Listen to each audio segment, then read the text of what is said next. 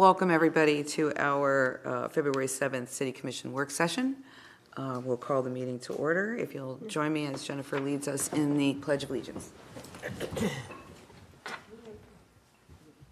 pledge allegiance to the flag of the United States of America and to the republic for which it stands, one nation, under God, indivisible, with liberty and justice for all.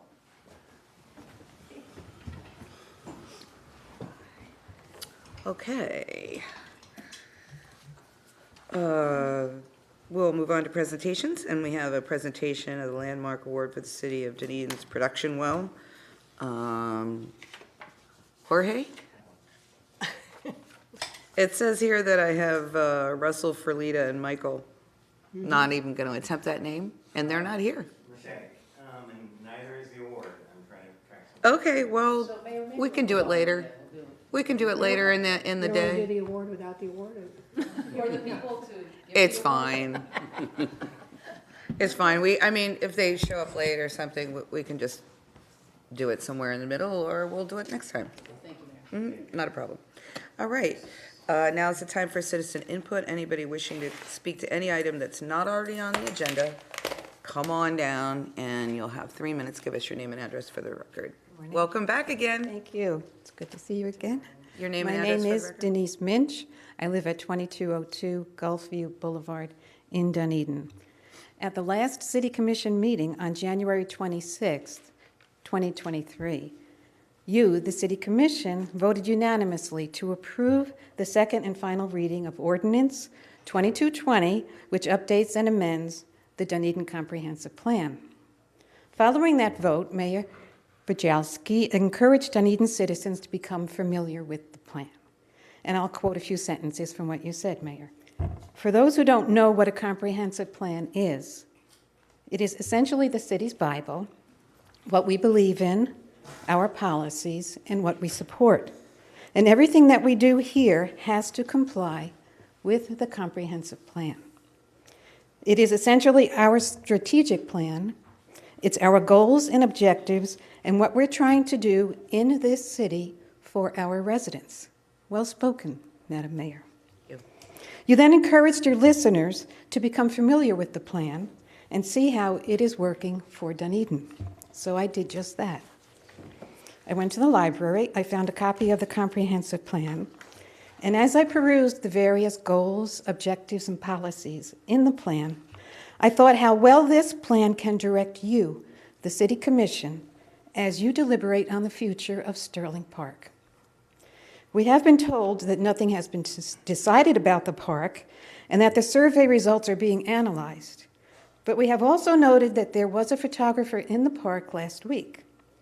He informed one of our neighbors that he was hired by the city to take pictures of the park for potential pickleball sites. At the end of our presentation, we have included a list of some of the pertinent goals, objectives, and policies that you might consider as you vote on the development of Sterling Park. Thank you. Thank you.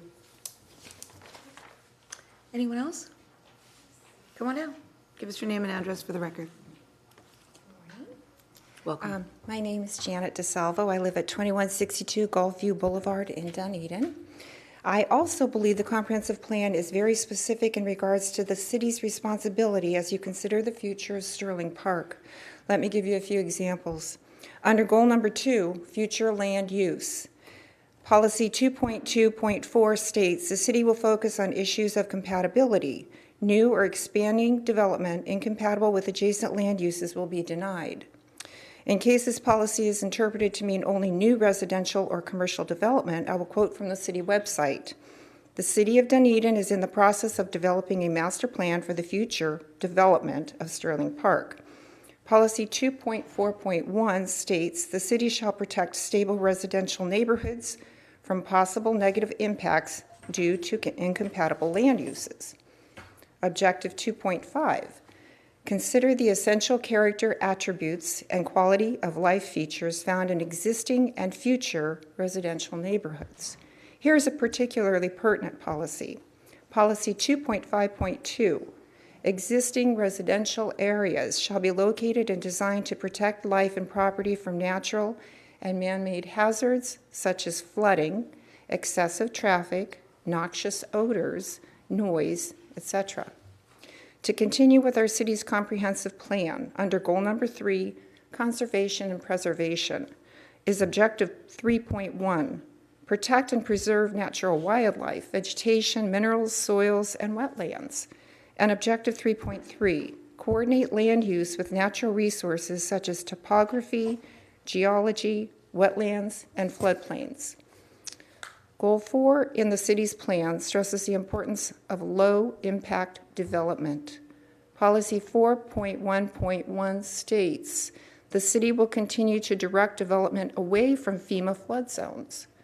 Sterling Park is part of the Curlew Creek floodplain, which is located in the FEMA Flood Zone A.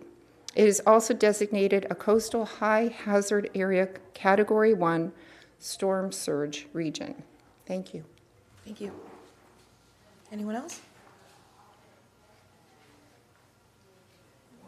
Good morning. My name is Walter Mensch, and I also live at 2202 Gulfview Boulevard. Denise is my wife. It's okay. It's You're okay. allowed to talk to. Thank you.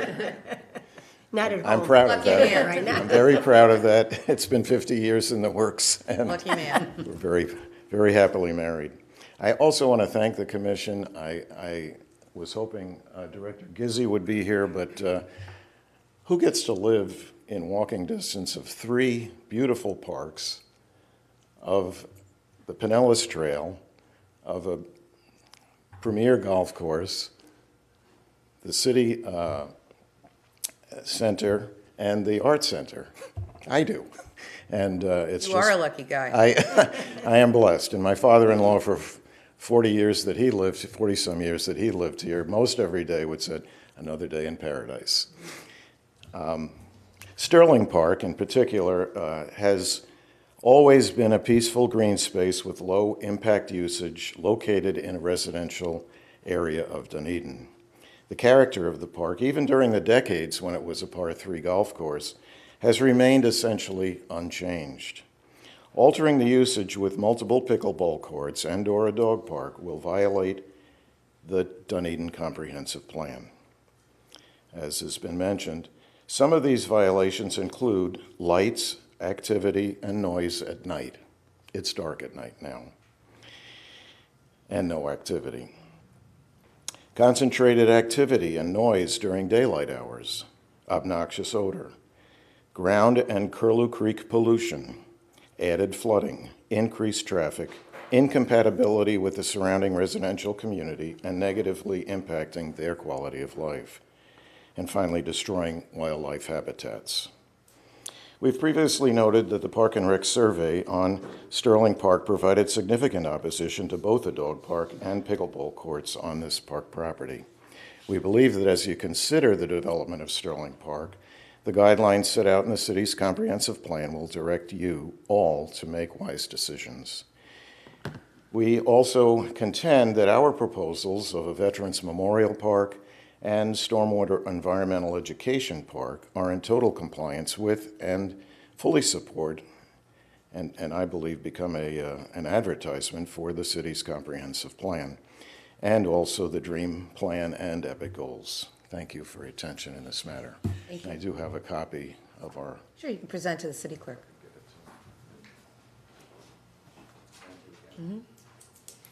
Anyone else? Well, I want to say thank you for reading the comprehensive plan.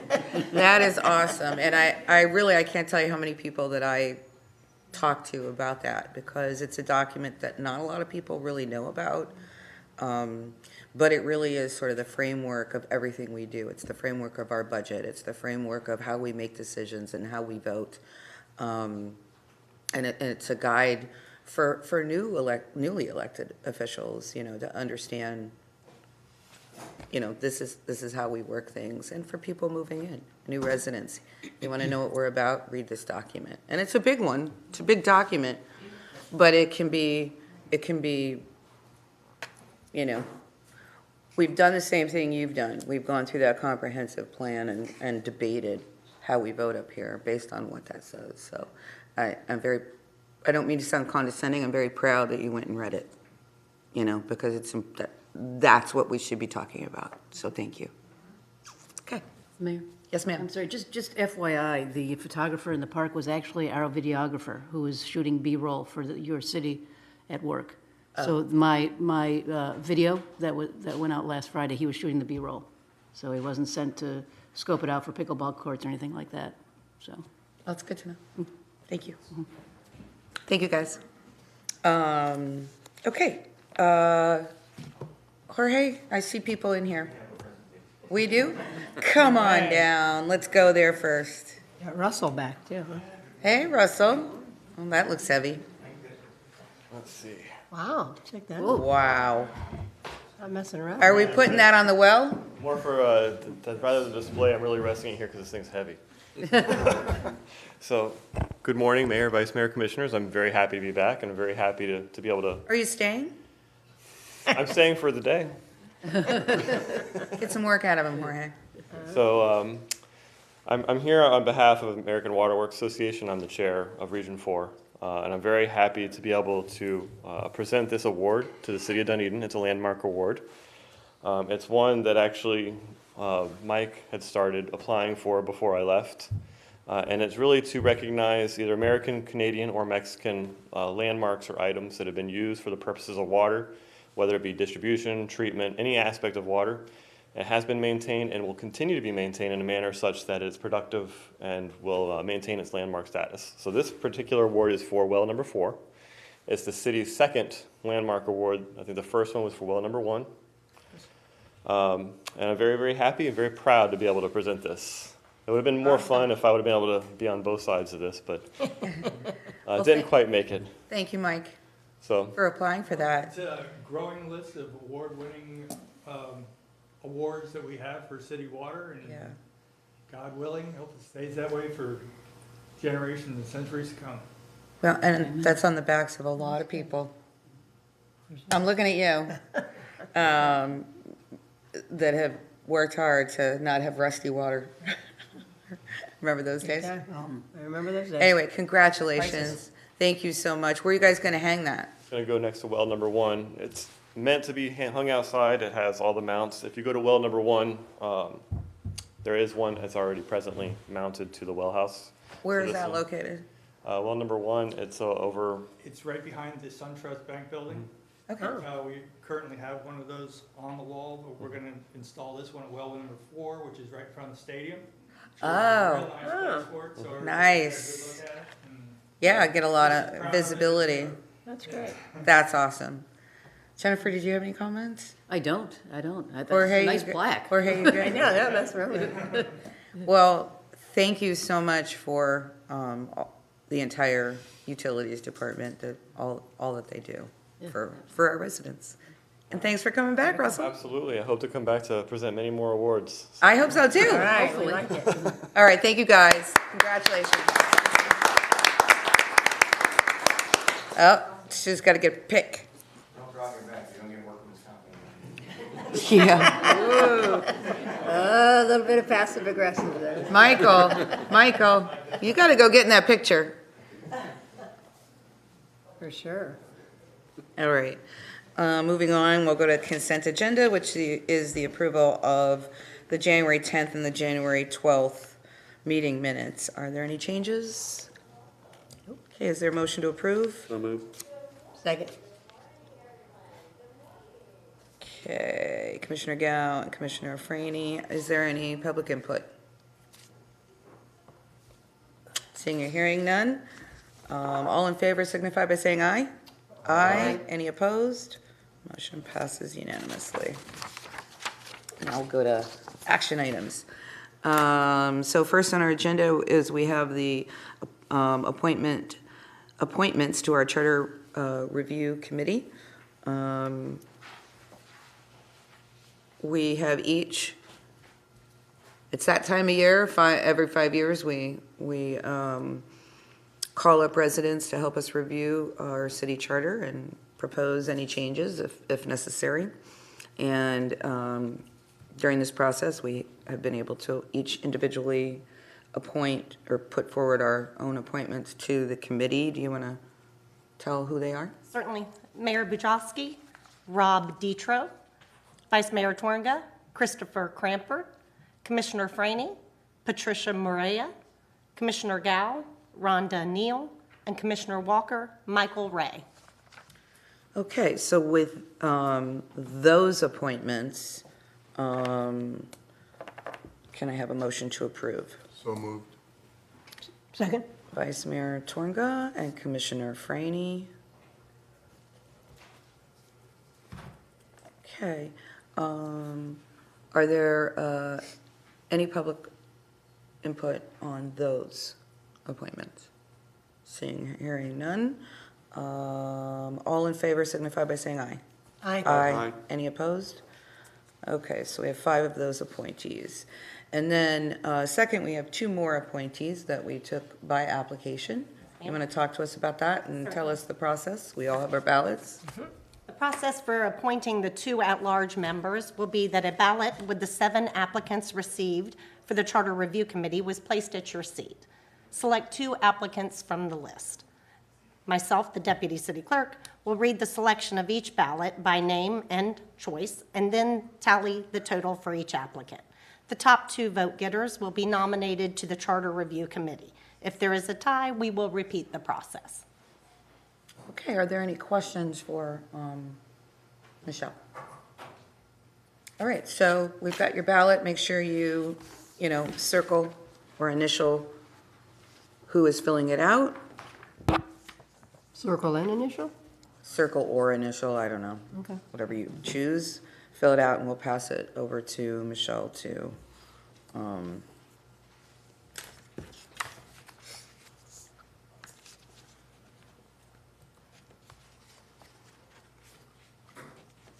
okay.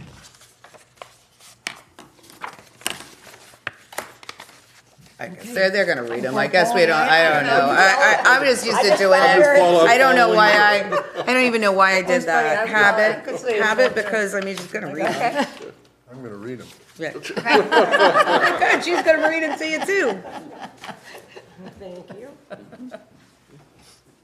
Okay, Mayor Bujalski has Eric Peterson and Christopher Monty Seidler.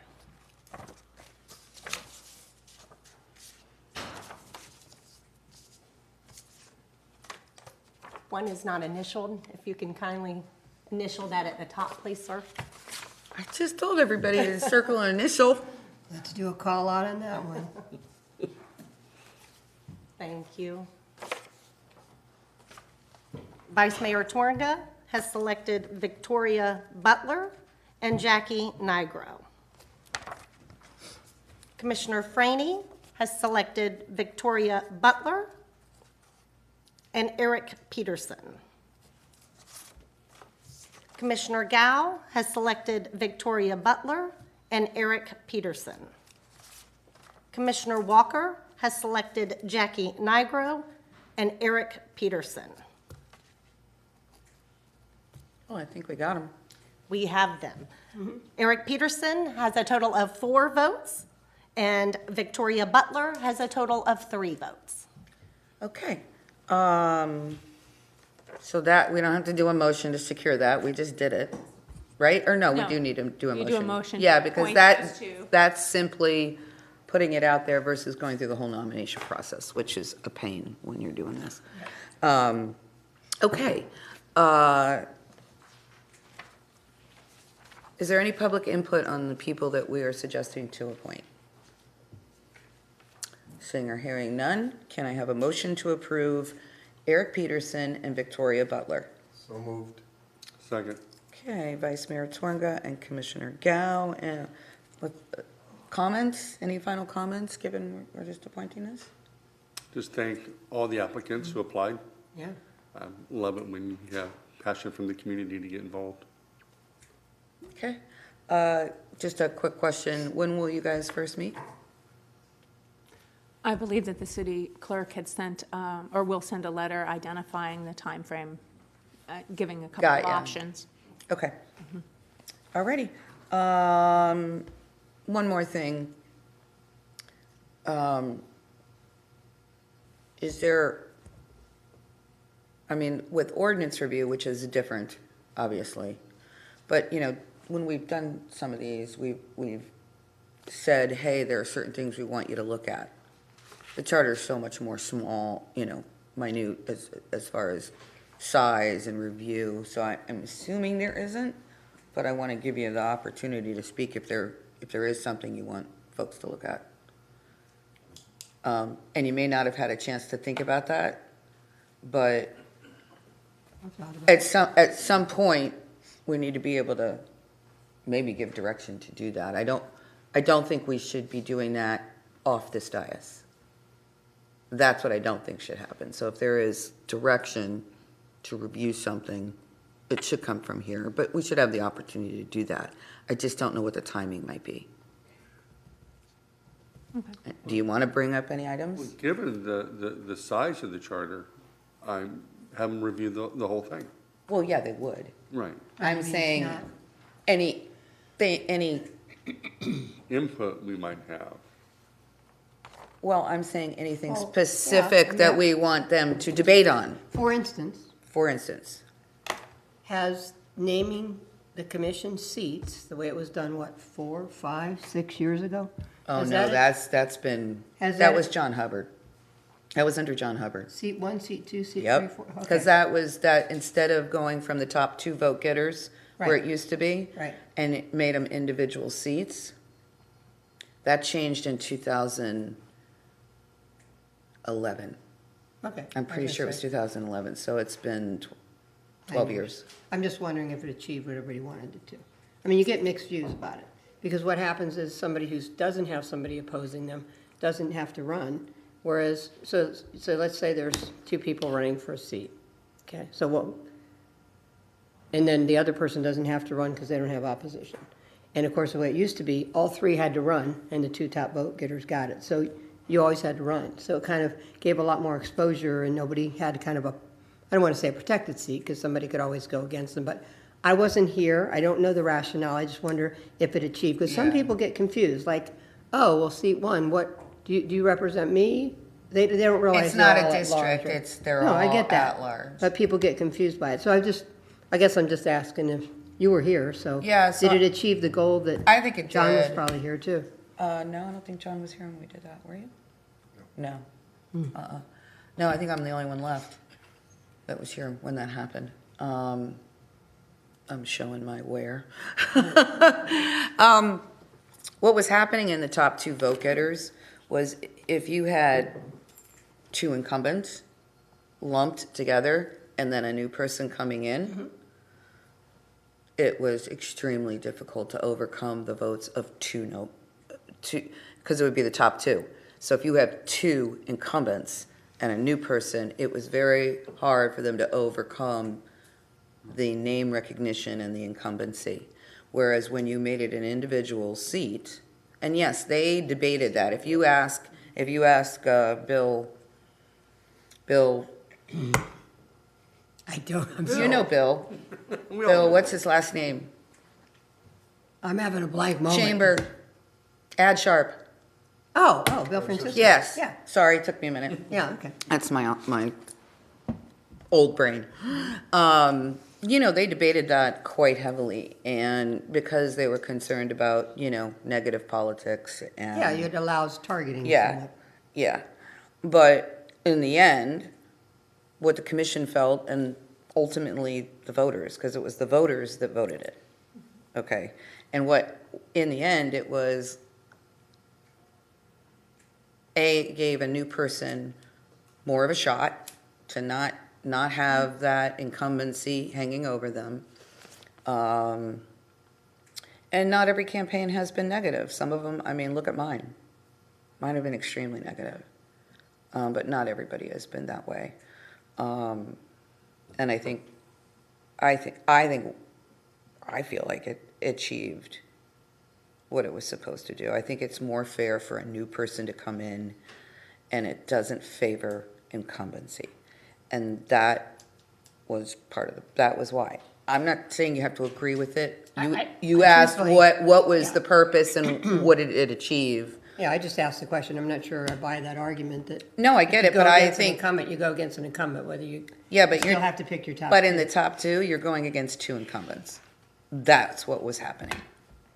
Yeah, I mean, obviously, I don't have an opinion. I just know if people will get confused And by I the seat mean, names. as a newcomer, I'm sure you can understand just how daunting that might be. Well, yeah, and I certainly appreciate that perspective because I got that question all the time. You know, what's the reason for the designation behind the Right, seats? And there is some confusion, but the way that what you articulated does make sense. And, you know, now my question on that would be is that if the voters approved that, They did. okay. It was on a ballot and during an election. So any It charter, was very early 2000s, so some time ago. Mayor, I think It was 2010, I think. I think it was before that, Mayor. Yeah, the voters have to change it, yeah. okay. so Yeah, it if was there's like a- there's a 2010 because, recommendation- well, I know that my first, John Hubbard was still here, so that's easy to determine. I don't have an opinion about it. I just, you know, it probably is one that just has the, you know, pros and cons. I just was curious if it achieved what people that were up here. Well, wanted and at to, that or- time, what was happening, if you remember, well, what we were looking at, I think, was at that moment in time, going to elections past, and the information, when you looked at it, was very rare. In the top two vote getter, did an incumbent go away? And there were no term limits at the time either. Yeah, okay, So that's what you were seeing. yeah, Now we do have term limits. yeah. Which happened at the same time, right, or no? I'm pretty sure it did. I'm pretty sure. Term limits changing the you time of the know- election and the seat names. I thought it happened at the same time, but I could be wrong. I wasn't here. I mean, I was here. I Well, there voted was for it. three things. It was the time of the election. I don't know that the time of the election was on the ballot, though. You mean the March time? Yeah, March Yeah, versus, because that was came- another thing. We weren't That came getting, after 2009, and the other came before 2009. because the, Can somebody look that up? Somebody look that up, please? we'll get the information. Yeah, But so the term limits, again, what we were seeing was that people were staying here for 20 years and being that top vote getter. And, you know, it was, and a March election, which is essentially a handful of super voters because people weren't coming out. So the corrections that were made were trying to make it really fair for everyone to get a shot at being on the commission. And the November piece of it was you had more voters, because that was debated heavily too. They wanted to leave it in March because these are not my words. I'm repeating what was being said, because I don't believe this. But what was being said is the March voter was a more educated voter. That was the belief. And that they were more tuned in, not educated as smart, but more tuned in, because they were the super voter. It was not my belief, but that was the belief. And we went from that to November. And money wasn't the first thing. It was a cost savings thing for sure. But it was the number of voters, because we were only getting like 5,500. I think the most we got was maybe 7,000 voters. And as you know, in your election, you can get 17 to 20,000 voters in a November election. So you're reaching a lot more people. It costs more for the candidate, you know, for the election, and that was, you know, all of that was debated for sure. I mean, you have to raise a lot more money, and then there's problems with that. But the whole motivation was to offer a safe place for new people to try to get into office if they wanted to, and not protect the incumbency so much. That was the thing. And That was our whole motivation about it. when you combine the two issues of incumbency and then lack of term limits, that creates a significant barrier. It does. And that's, yeah, that's true. In my experience, in my elections, there was one that I didn't have to run. I've been through 6. And there was one I didn't have to run. And it happened to be a year, the election when I broke my back. And I think people pitied me. I really do. I wasn't looking for it, but I mean, because there was no walking door to door. I mean, that wasn't happening. And To come back to the final, the question here is, do we want to give any direction at any given point in time to this committee? And if we think that that's a good thing to do or a proper thing to do, I think we should decide that we're either going to pick a day that we all come with some comments, or be able to do it at any time we wish and bring it up as a discussion point. well, we don't want to do it anytime we wish, so we need to do it before they talk, before they start. I mean, they should go in with a, Well, if something were to come up. yeah, but what's going to certainly come would up on the bring it up. charter? Nothing's going to come up on the charter. I mean, ordinance, I can see where, oh, we forgot about that piece, but I think we have to have our ducks in a row before, which is why I brought it up. Okay, well, I would have the right to bring it up as a commissioner at any time that I wish, and you could say we don't want to talk about it. But No, I think so. It's always a right, but I think it's better if we organize it and say. That's what we're saying the same thing. So I'm asking, For do me, you want to bring, is there anything you want to bring up? I would like to put it at a different date. No, it's fine. That's what I'm that's why I'm asking it now, because it's still, I don't want to do it, even though this doesn't apply to the motion. What else can we actually talk about Can it? we agendize it on a future meeting so that we at least have the opportunity? Instead of right now, when we haven't given it much thought. Right. I'm okay with that. I just, I just reread the charter over the weekend, and I mean, truthfully, for me, I'm happy to agendize it, but I didn't see anything that I I didn't wanna. have anything either. I'm happy for but- the open minds of these 7 residents to look at it hard and say, hey, I think this is something that. Right, me too. I didn't have anything. There are a couple things that I wouldn't mind bringing forward, just to have somebody look at it, for certain, and that's us communicating then to a group that we're commissioning to be on a commission for us, so. Okay, so do we want to put it on the next work session? Sure, February 21st, we could end. Yeah, let's just, I mean, and remind us when we go to approve the agenda. I don't think it has to be a long conversation here. I think it's just, bring your stuff. I don't have anything. I know I won't have anything, so it won't be a long conversation. We'll just give it maybe 15, 20 minutes. Sure. On the agenda. Is that okay with everybody? As part That's of in the commission process? time, 15, 20 minutes in commission, which is actually 3 hours. Okay. It's like Okay. football time, If I may respond to Sure. Vice Mayor, I have been told that numbered seats, that ordinance was 0721. Term limits, ordinance 1219. So the Well, seat numbers wait. were in 2007, term limits were in 2012. Oh, there you go. Okay, well, interesting. Term limits, yeah. And so it came after because I think we just felt like we needed to take that next step.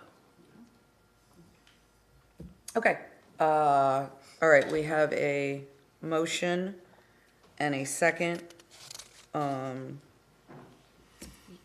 the final 2 appointments, I believe, that Commissioner Tornga and Commissioner Gao, am I correct? Yes, ma'am. Yes? Okay. All in favor signify by saying aye. Aye. Aye. Any opposed? Motion passes unanimously. Congratulations to everybody willing to serve. Thank you. All right, we have the first amendment to the agreement for the city attorney services. Jennifer? Yes, so as you are aware, Nikki Day has left BMO and is decided to walk away from practicing law at least for now. And in doing so, the contract that the city has is with BMO, but it designates a specific person as the city attorney. So what's before you is a contract amendment, which is basically removing Nikki's name and inserting my name for your consideration today. Okay. Questions for Jennifer? Got big shoes to fill. Oh, don't I know it? Questions? I'll ask a question. So, in relationship to Nikki, and I know that when we spoke that you have spent time getting really updated from Nikki as to what's going on. That's my perception. That is true, I believe. Is it not? So It is. Thank you very much. Thank you. So, before I go for public input, I did want to kind of bring something forward. In my meeting, I know we all individually met with Nikki and Jennifer to discuss this and the transition and all of that. And in my meeting, and Jennifer knows that I'm bringing this forward, so it's no big shock to her, Jennifer Cowan. I was going to say, which Jennifer? We need to call her something else, like Jen. They said Jen. JJ. Oh, you go by Jen? Sure. Okay.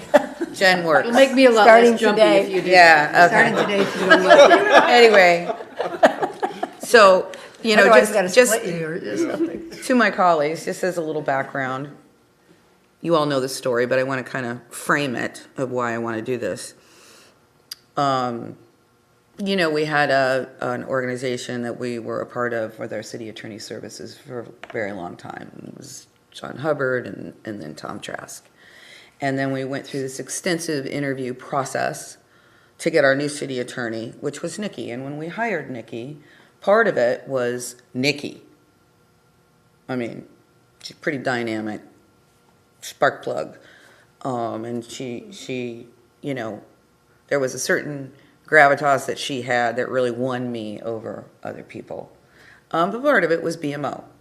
And I don't think any of us have anything, I think we're all feeling very covered by BMO as an organization. But I've been thinking about it, and we went through an extensive process and discussion and what we were trying to get out of a person that we didn't have before.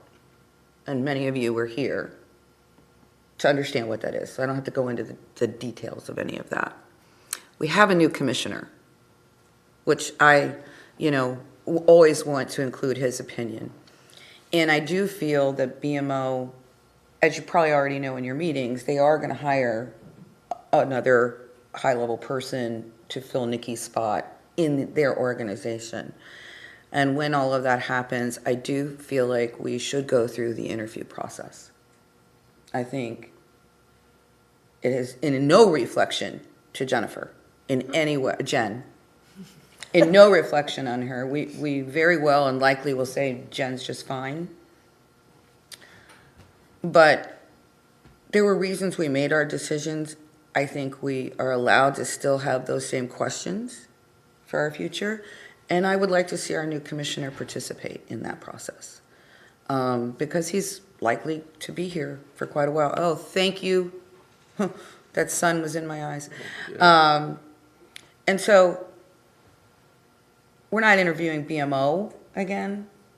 We're just simply giving ourselves the freedom to have a choice. It doesn't mean we're going to make a different choice. But I think for our future, it's the smart thing to do. I have spoken with Jen, and she can speak for herself, but she knew I was doing this. I said I wanted to do it in our meeting. And again, it's no reflection on her or BMO.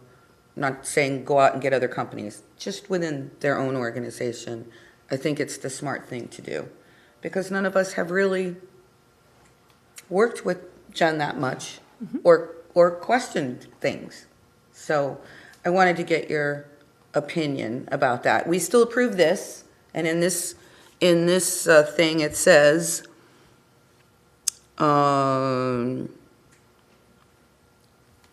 and be able to provide special city attorney services as described unless and until a different attorney within BMO is designated upon mutual consent of the city. So it gives us full ability to not have to mess with this agreement at all. We can sign it and move forward. And then I would suggest that Jennifer, as our representative, keep tabs on when that new person is being hired. We don't need to do that. Somebody in your office can do that and, give us that opportunity to have those meetings. And I don't even know when the new person is hired, if they are even going to be available for this. There's a lot of pieces that I'm not trying to control. Right. It's just, I do feel like they're I do believe we need choices because we went through a lot to get the choice we did. So I wanted to get your feedback on that. Are you saying like I keep thinking thing 1 and thing 2 now, sorry, Gen 1. That sounds terrible. That is, okay, I'm sorry, but that's gonna last. It's like, brief and brilliant, thing 1 and thing 2, that's lasting. Jorge, keep that on the books. Which one's which? Yeah. That one's Halloween. Is there a difference between thing 1 and thing 2? I have to research that. Within the organization is what I'm talking about. Yeah, so are we like the new person that they're gonna hire in Jan, then we interview them both, or how would that? Yeah. I mean, Yeah. I mean, not, we're not I gonna think send them out it's- to the community or do any of those things No, that no, we have done in the past. Yeah, to the but- extent. No, but we each get our individual interviews, and likely come up here and just confirm. Yeah, I actually think it's a really good idea. I think that, I mean, you guys know me, I'm always like, I'm not hiring the firm, I'm not hiring a consultant, I'm hiring the person. And it is the person. And it is the person that makes the difference. And of course, we had an ability to meet you, Jen, as part of the process, but it was a Right. different role. I think it's a great idea. I think, again, I think we have to make sure we're getting the best for our community. And you go through that when you interview and you have that opportunity. It does give Rob that same chance, which I think is great. I think he deserves that, for sure. And we all know, like, I'm diehard John Hubbard fan till the Right. day I die, and because he was such a unique attorney. And then, we've kind of gone through this, but it's a really, really important role they play. So I think it's a great idea. Thank you. Are you okay with that process? Yeah, I'll tell you, I greatly respect the sharing the history of the relationship. I also greatly appreciate the opportunity to be a part of that decision going forward, and I greatly appreciate the fact that you brought it up, Madam Mayor. Thank you. You guys okay with this process? John? Yes? I'll make a comment. Yeah, go ahead. I'm asking a question. I enjoyed my conversation with Jen, and I'm very pleased with her being here. And I don't want to step in front of us talking to other folks if we wish, but as far as I'm concerned, signing that document that we're signing today, Jen is our representative. Absolutely. Absolutely, I agree with that. Thank you. Comment? You're good? Welcome. Yeah. Thank you. Okay. All right. Thank you guys for entertaining this with me. Any public input on the agreement or process? Seeing or hearing none. Can I have a motion to approve this First Amendment to the agreement? So moved. Second? Okay, Commissioner Walker and Commissioner Franny. We just kind of had our final comments. Jennifer? Well, I look and sound like one commissioner, and I have the same name as the city attorney. I'm going to end up in a straitjacket. That would be my only comment. I had not thought about that at all. Oh, my God. No, I'm very much looking forward to working with Jennifer. Except what I will say, You're blessed. Jen. Don't work with Jennifer. well, I mean, that's. Thing 1. Thing 1. and we still have all women in our leadership roles, which is, pretty cool. Guys, do you have anything to say? Sorry. I do. My life is ruled by women. Nothing's changed. Nothing's changed. Well, and I didn't mean that you guys weren't in leadership. I meant our city manager, our city attorney, our city clerk. They knew exactly what you meant. Yeah. No, Mayor, if I Due may. to certain laws, I have no comment on it. Yeah. No, seriously though, Mayor, I mean, for a comment, we've had one-on-one so far, and Jen is brief and brilliant. I can tell you during our one-on-one, and I'm going to enjoy the relationship. I think we're going to build upon the relationship that we had with Nikki and do some of the same unique, amazing things like Gladys Douglas that we did with Nikki. So, welcome, Jen. Thank you. All right. All in favor signify by saying aye. Aye. Any opposed? Motion passes unanimously. Thank you. Okay. Now we have our February 21st and 23rd Agendas, we are adding a brief conversation about any direction about specific items for review for the charter onto that 21st. I want to say thank you, Jennifer. The agendas looked good and well populated, which is, I think, what everybody's. Move things around a bit. Yep, appreciate that. Also, Mayor, if I may, Yes, that ma'am. was, I worked with Rebecca on that too, so Yeah. she deserves some kudos. Obviously. All right, can I have a motion to approve the 21st agenda with the addition of any charter direction? So moved. Second. Okay, Commissioner Twanga and Commissioner Walker. All in favor signify by saying aye. Aye. Any opposed? Motion passes unanimously. And then the agenda for the 23rd. Any changes? Look good to me, but, okay. Motion to approve? So moved. Second. Commissioner Twanga and Vice Mayor Twanga and Commissioner Gao, thank you. All in favor signify by saying aye. Aye. Any opposed? Motion passes unanimously. Okay. I know you guys are all in place. We're gonna be here for a little while. You guys wanna take a quick break? Sure. Yeah, let's do that. We usually take a break before our long workshop discussion, so hang on there for just a minute.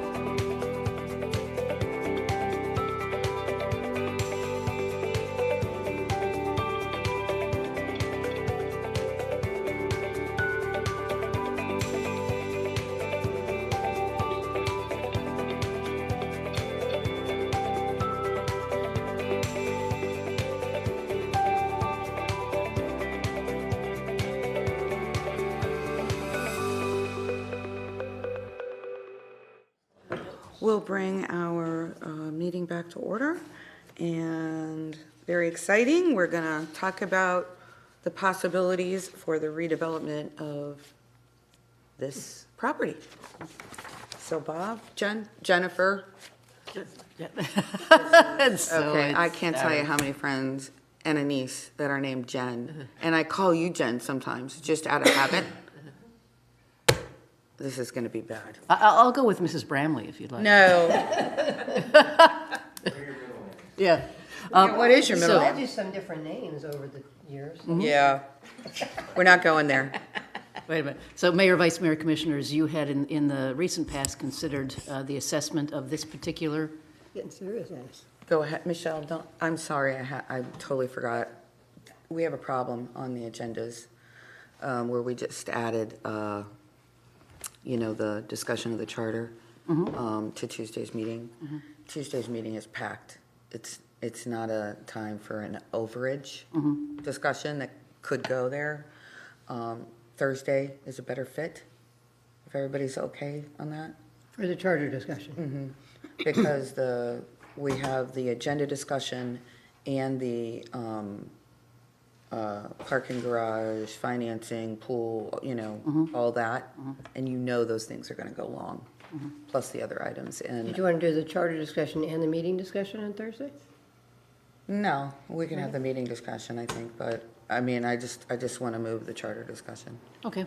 to Thursday, if that's okay with everybody. So, We had voted on that. I know. So can we do one motion to, Jennifer, just to do this change to the votes we just took? Yes, you can do a motion that would basically move the charter amendment discussion topics to from the meeting on the 21st to the meeting on the 23rd. Okay, can I have a motion to that? So moved. Second. All in favor? Aye. Any opposed? Okay. Got what we need? Yes, ma'am. My apologies. Go ahead, All Jennifer. right, Mayor, Vice Mayor, Commissioners, good morning again. You had in the recent past considered the assessment of this building, the condition of this particular building, and had given staff consensus direction to move forward with further investigation of demolition. You wanted to know specifically the costs associated with demolition. We have done some analysis as well as some conceptual designs on redevelopment or reuse of this particular property. You had also wanted us to look at a public participation plan moving forward for the concepts for this property. We can elaborate on that a little bit. And we have done our homework. We are in our workshop session, so that means that all of you will not be voting on anything. You will be considering some of these concepts. Most certainly what we want to put before you is some ideas. Nobody's nailed anything down in any way, shape, or form. We haven't received that direction from the City Commission at this juncture. And so, as I said, we've done quite a bit of work on this, and I'm pleased with what we're presenting to you this morning. So with that, I'll hand it over to Bob Ironsmith. Thank you, Jennifer. Thank you. You're welcome. I gotta get my boss's name right. Bob Ironsmith, Director of Economic Development and Housing. We're here today. This is what's on the screen is what we call the DEEP, or Downtown East End Plan. And I'm very proud of this. This is something that staff put together really only a couple of years ago, and it talks about all the important elements to help revitalize the east end of town. This was Skinner Boulevard. This was the repurposing of this property, which we affectionately call 542 Main Street. Of course, the City Hall, which is almost nearing completion, which we'll move toward. And of course, the Gateway, which we hope to see started here in late spring. So I think it's important just as a reference aspect to say this was a key cog in this Downtown East End Plan. Picking up what Jennifer said in the September last year workshop, we talked about from the commission relative to what's going to be the repurposing of this property. And we had several elements that we needed to investigate and explore. One was, what is the assessment on this building? And I have Jorge Quintas here who can talk a little bit more if you have questions. But we had a consultant take a look at it, and the building just was pretty much structurally obsolete. And that's another thing that we'll probably talk to you a little bit more today. The other aspect was go ahead and engage a consultant and come up with some concepts. What can this look like? And we started with kind of a pocket park concept, which was what the consensus that we were feeling back in September. And I have various professionals with me. I have Lori Viola with Stantec, I have Lee Gray with Stantec. I have city professionals. I have Craig Wilson here, arborist, relative to the tree element. And of course, Jorge, Deputy City Manager, with us relative to any questions on the structural assessment. One of the things that we have not been able to just ascertain to do a little bit more work is what's the cost to do the demo? It can vary depending on what happens with this building.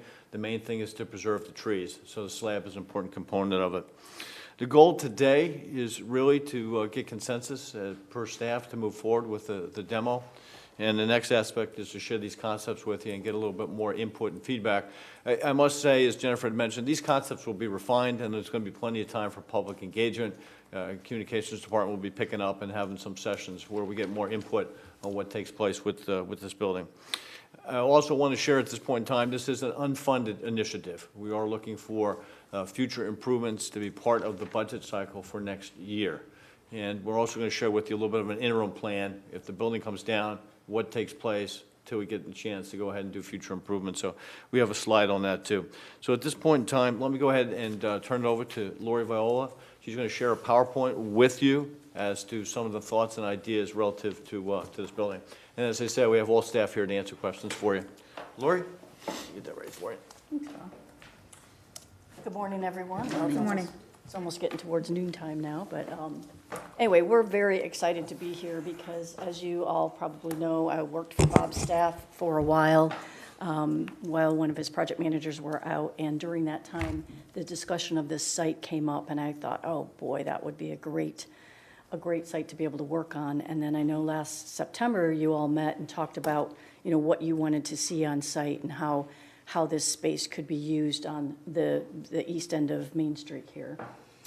So when you look at this picture, I came to the site with Lee and Craig and Bob and Vince, and we all came to look at the site for the future. And we're so used to coming here to see City Hall, the building, what takes place inside. I think I was really surprised at how amazing that oak was out there. And so we walked around, the branching and the oak, and I live in Safety Harbor, and I know they've spent millions of dollars on an oak tree, and there's a big park in town that's, just for that oak tree. So I could see this oak being part of this concept, and certainly, being part of the design and what this space would be used like. So it was interesting to see this space and try to, perceive it with the building down. What does that interior part look like? What does this area look like? Is it shady? Is it sunny? What kinds of uses can it have? So we took a look at, Dunedin. What is Dunedin known for? You guys work here, you live here, you play here, and there's also visitors that come here. I mean, Dunedin is known now throughout the world as a place to come and play on the beach and golf and go downtown, do shopping, bring your dogs. And we wanted to look at some of the unique characteristics of Dunedin that we feel we are hearing from the people that visit and live and play in Dunedin. The sister cities. I've got my black watch plaid on today for the tartan, the orange pulp history, some of the historical parts of Dunedin that maybe not everybody knows about, but we all see bits and pieces of it throughout the town. Being a premier coastal town and being, you guys are the city of trees and the oaks, and preserving this amazing oak that we have out here would be something that we think would be an important element of the park. The colorfulness of Dunedin, when I think of Dunedin, I always think of like a little European town with little colors of all the different buildings as you walk down Main Street and the other streets. Everything is very, very colorful and high energy. So what can we do in a space to bring a sense of community, bring a sense of place down on this end of Main Street to come into this plaza or square, if you will? In my vision, I see something like a European pocket park. And then, of course, bringing in the element of art. Everything in Dunedin, speaks of art. And whether that art is a visual piece of art, maybe it's music that takes place in the square, or maybe it's performing arts. But art, nonetheless, would be an important part of our concept planning. So when we listened to what you spoke of in September, what we heard was, we have a grand oak on site. We also have other oaks on site as well, and those trees are important to preserve them. To pay homage to the original site, this was a historical library, and then it was the old City Hall. What elements of this building could we keep and reuse and repurpose with limited impact on the site? So we looked at the brick seat walls, the brick patios, some of the brick work. We thought, that would be something we could keep, as well as maybe the foundation of the building. And we also looked at public restrooms. Is this a good spot for a public restroom? There's really not a restroom on this end of town on Main Street, and would a restroom even fit on this site? So these are the kinds of things we were listening to what you said and how these would fit on this site. Water feature, would this be a lovely place to walk into and have a nice bubbly fountain or a bubbling brook type of a fountain? Maybe open areas for performing, or, small guitar players playing and having a little coffee house type thing. We were looking at all of these types of uses in the space as we moved into looking at some of the design features. And we also looked at the targeted objectives. So we looked at, this is a central space. We walk in, the building's gone, and now we're surrounded by trees everywhere. We have some public art. We're reusing the city elements. We have the brick. What can we do with that brick on the seat walls? Can we extend them further around the tree? Do we need more shade when the building's down? Do we want to add more trees? Do we want to put a shade structure up? Do we want more seating? Is this a place where we do some kind of different type of bench or seating arrangements than we do in our other parks? Bicycle parking, the restroom, maybe some fun thing, maybe big oranges, something that has to do with the characteristics of Dunedin. So those were some of our objectives as we moved into some of the design concepts. So this first design concept, we're calling it Summerside Park, and it's just an idea, taking those elements, the elements of Dunedin, and putting them together and looking at the circulation along Main Street, along Grant and Highland. How will this flow when the building's gone? How will people come into it? What will they want to do inside this lovely space? Will there be a center circle space where the foundation of the building is? Where can we put a water feature? The minimum impact on the ground area will help preserve the tree root zones. Again, using some more shade, maybe some more open space for people just to come in and relax during lunchtime. So these were some of the items that we were looking at as we developed these concept plans. As we refine the plan a little bit further, we started looking at maybe like a central circular space, which is what the foundation of this building actually is, and looking at where would the restroom best fit in this space and be accessible by all of the streets that we can walk by and see there's a restroom and be able to use it. And we looked at some of the opportunities for art. Would it be a sculpture? Would it be something with mosaic tiles? What kind of art opportunities do we have here? And also, where do we want the shade to be? Do we want some sunny space? Do we want it all shaded? Those are the kinds of things we started looking at as we created more of the concept plans. And this next concept, I'm going to turn it over to Lee as he started working on a different idea. So, keeping in concert with what Lori and I discussed, we sort of looked at another sort of different design going the opposite way, which was like a grove park a nod to the citrus industry that was here. So here we would set up the palms on like a grid, sort of what you see in the citrus grove. But these are palms. The palms could be either in the ground or in a pot, movable, if we need to have a central space if needed, or we can just keep it there. With this grove, we would always also have the shade. Just an additional shade within this space. Again, once we open up the area, once the building is removed. Again, we pay respect to the existing oak trees here as well. We sort of discussed early on about the location of the restroom, whether it's going to be in the front or the back. On this one, I don't think we really wanted to have the face of the building on the main street, so we decided to, as you'll see in some of the previous concepts or the next concept, that building has been moved towards the back. Again, some of the potential site elements that again Lori mentioned was the public restroom, central space. Again, our nod to the historical use of this site. Again, shade, seating, lighting. Maybe this park serves as an arrival statement once we arrived to the Main Street. And again, a water feature and also historic, unique type of hardscape design. Again, referencing back the other plan, or the previous plan, some of our objectives, again, kind of being repetitive, but shade, seating, bicycle parking, respect to the existing trees, and also providing some other type of facilities on here for everyone to enjoy.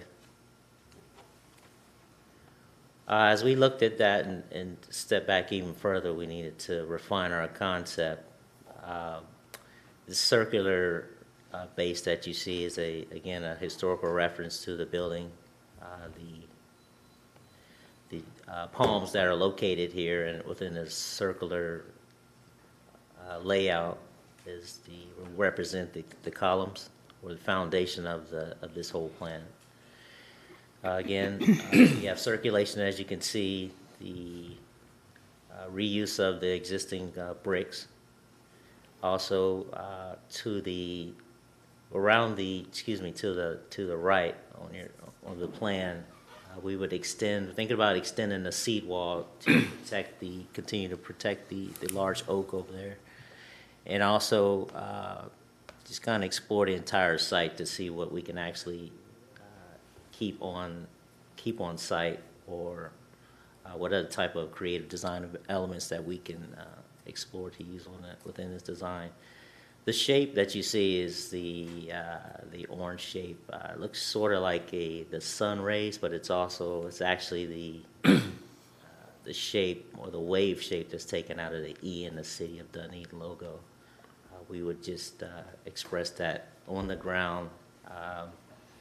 That could be a different material. Maybe it's mosaic, or maybe it's some type of colored concrete. But we wanted to express the city and the importance of the city, and also the arrival of the City of Dunedin.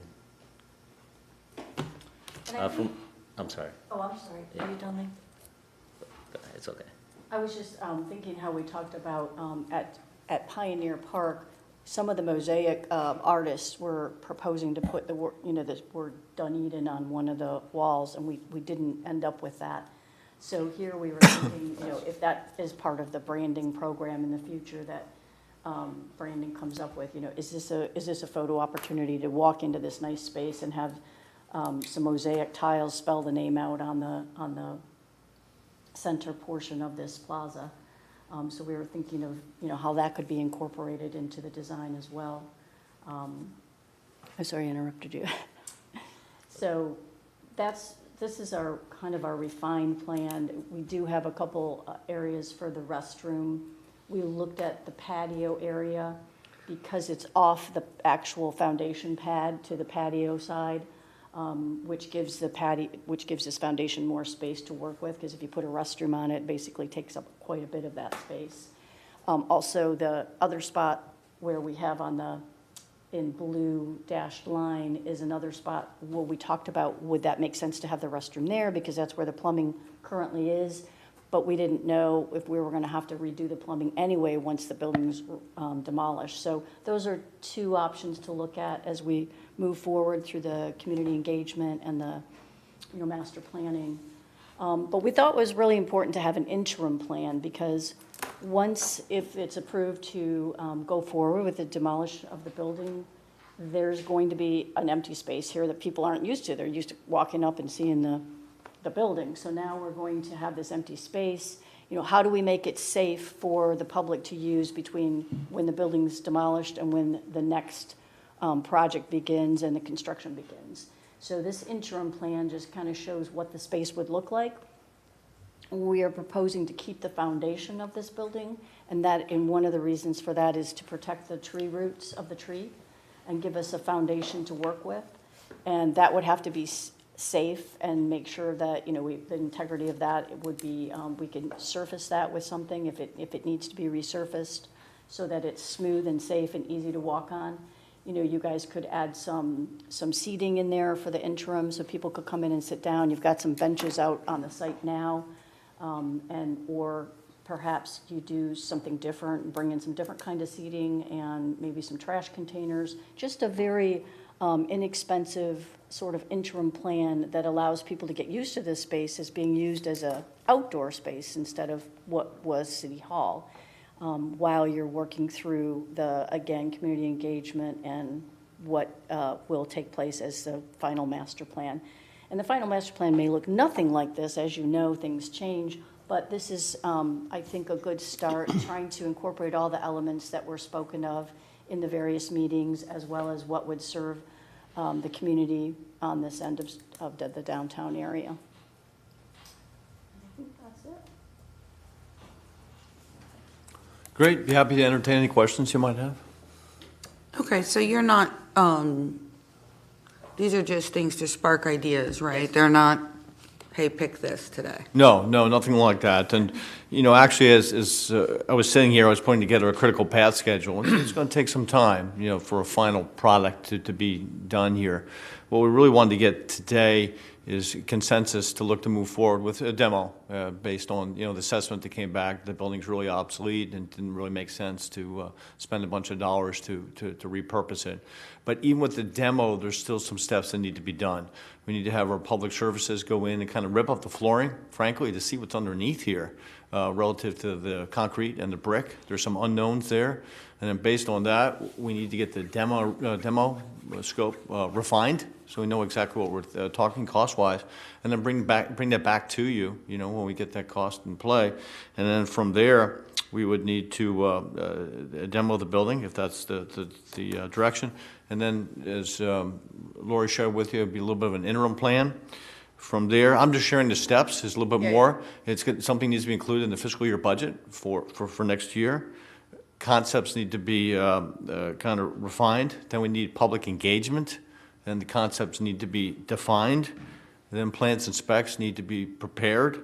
And it's got to go out to bid, come back to the commission, start construction, and it's going to take probably 3 months to build. I know that's a lot. I was just sitting here putting it down. I just want to make sure everyone understands. This is going to take a while. This is not immediate. So on behalf of for the entire commission's knowledge, what are you looking at? Let's say you get consensus today to move forward with the idea of demolition. The next step would be to how long do you think that would take? I don't think that's going to take too long. We would go ahead and have our staff, it would be Keith Fogarty and his staff, rip up the flooring, see what's here, and then get the scope refined, and then come back to you. I mean, are we talking about? That's the phase 2 of the staffing bond. Yeah. Building down. Building late down. Summer? Yeah, I think that's very reasonable. So one aspect too, Mayor, is that we're going to need to continue city commission meetings here for a period of time as well, until the chambers is done at New City Hall. So we got direction from you last time that you would prefer that the building does not go dark, if you will. So the critical path right now is that demolition component to get that out, get our bids, get the building down and get it ready for use in as kind of like as a Pioneer Park Junior, if you will, for a period of time. Right. And then bring back to you, development, a reuse in fiscal year 2024. So. Okay, so why don't we break this down then in sections for kind of discussion purposes. From the demolition perspective, are there any questions or feedback or comments on that? I do. Yes, sir. I have questions. Go ahead. I have I spent a lot of time on this and spent a lot of time talking to a number of people about this. And I believe we have some number, like maybe you can tell me the square footage of this property, but something like 40,000 or some number square foot here. And so in walking the property and looking at it, the question really became for me is what happens on this platform that this thing sets? And how much of that has to be torn up. And until I know that, I've got a couple distinct concepts that I really think that we would want to have here, but certainly going slower. How much of the footing here, or the base, do we believe will stay or has to stay? It's not about the trees for that question. Is there something that it would be affecting this property? And then the question is, how much of it has to be left that won't affect because of the trees? We're talking about one major tree here. Yeah, I'm certainly defer Jorge if you wanted to, and Craig. Obviously, trees and roots are key for preservation, so I got Craig here, but Jorge can answer a little bit more relative probably to the slab. I had some similar questions, so this is answering one of mine. Really, it's like, does the slab have to be here? Yeah. Good And morning. you probably don't know that yet. Good morning, Mayor, Vice Mayor, Commissioners. Jorge Quintas, Deputy City Manager. As Bob indicated, and it's stated in the staffing when we came back to you back in September during the workshop presentation with the report that was put together, the assessment that was done by Pannoni, we kind of laid out all those things that would need to be done in order to try to repurpose the existing building. And essentially, as we try to implement current codes, it just became cost prohibitive, not only structurally, HVAC, everything else. So with that in mind, as we progress through the design that Stantec has presented and actually walk the entire site with the demolition contractor, their recommendation, I think I'll let Craig chime in as well, that's the tree preservation plan that's mentioned in the staffing also, is based on the age of the structure and the maturity of the trees.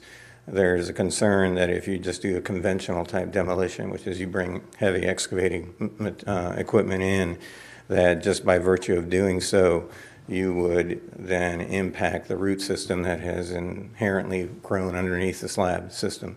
So to your question, Vice Mayor, most likely the majority of the slab will remain. We will need, as the tree preservation plan is developed, there may be areas that can be removed. As you know, outside the conference room area, there's brick. We believe there's brick underneath this chamber right here. Some of that may have been leveled in the past as development of this building was done in order to put down flooring and carpeting. And so once the building's vacated and we can expose a lot of the existing slab system, we can then more definitely define those areas that would or could be removed without damage to the root system, but a lot of the actual concrete slab, obviously the columns will be removed, but the actual concrete slab will, until we can get our arms wrapped around how much of that would impact the trees if we were to not do a delicate demo, per se, then it's hard to answer that question, but as far as So you the safest bet would be to keep the building slab perimeter the way it is and try to work these developments around that. But we might be able to remove some of that and do some delicate demo, as I mentioned, which of course is going to drive the cost up. That's why we've got such a large range of between 40 and 90,000 for the demo based on the preliminary assessments by that contractor, if that answers your question. That was a long answer. No, thank you, because you It was a detailed question. You ended up on my next question. Okay.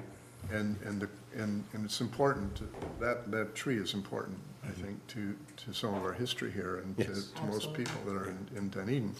But, so the cost of working around that tree is pretty significant. It could be pretty significant. And it doesn't affect some of the things I really like and when I was talking to folks, and that was direction of the use of the property.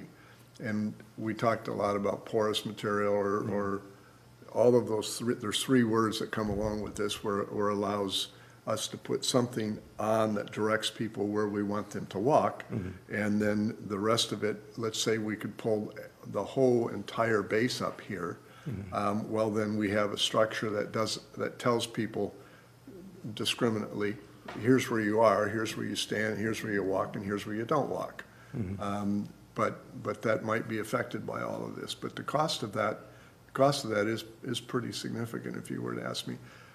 It would seem to me like, but rather than spending very much time on this, is we need to get to that. we need to get to that before we do the rest of it. When I ask my questions, I ask questions of people open-ended, what would you like to see there? And without any direction or whatever have you, and it went all across the board. Then when I asked them about, we had to leave this here, but we probably could use some of this, and then it started to change. But I think for us to talk until we know that, honestly, is a significant cost that we may not have to realize. No, exactly, Vice Mayor. And as I mentioned, I think once the building is vacated and no longer occupied, then we can come in and remove flooring. We can remove some casework. We can kind of try to get our arms wrapped around, is there some existing brick that we can repurpose, remove, and use elsewhere on the site, incorporate into the designs that have been suggested or future designs.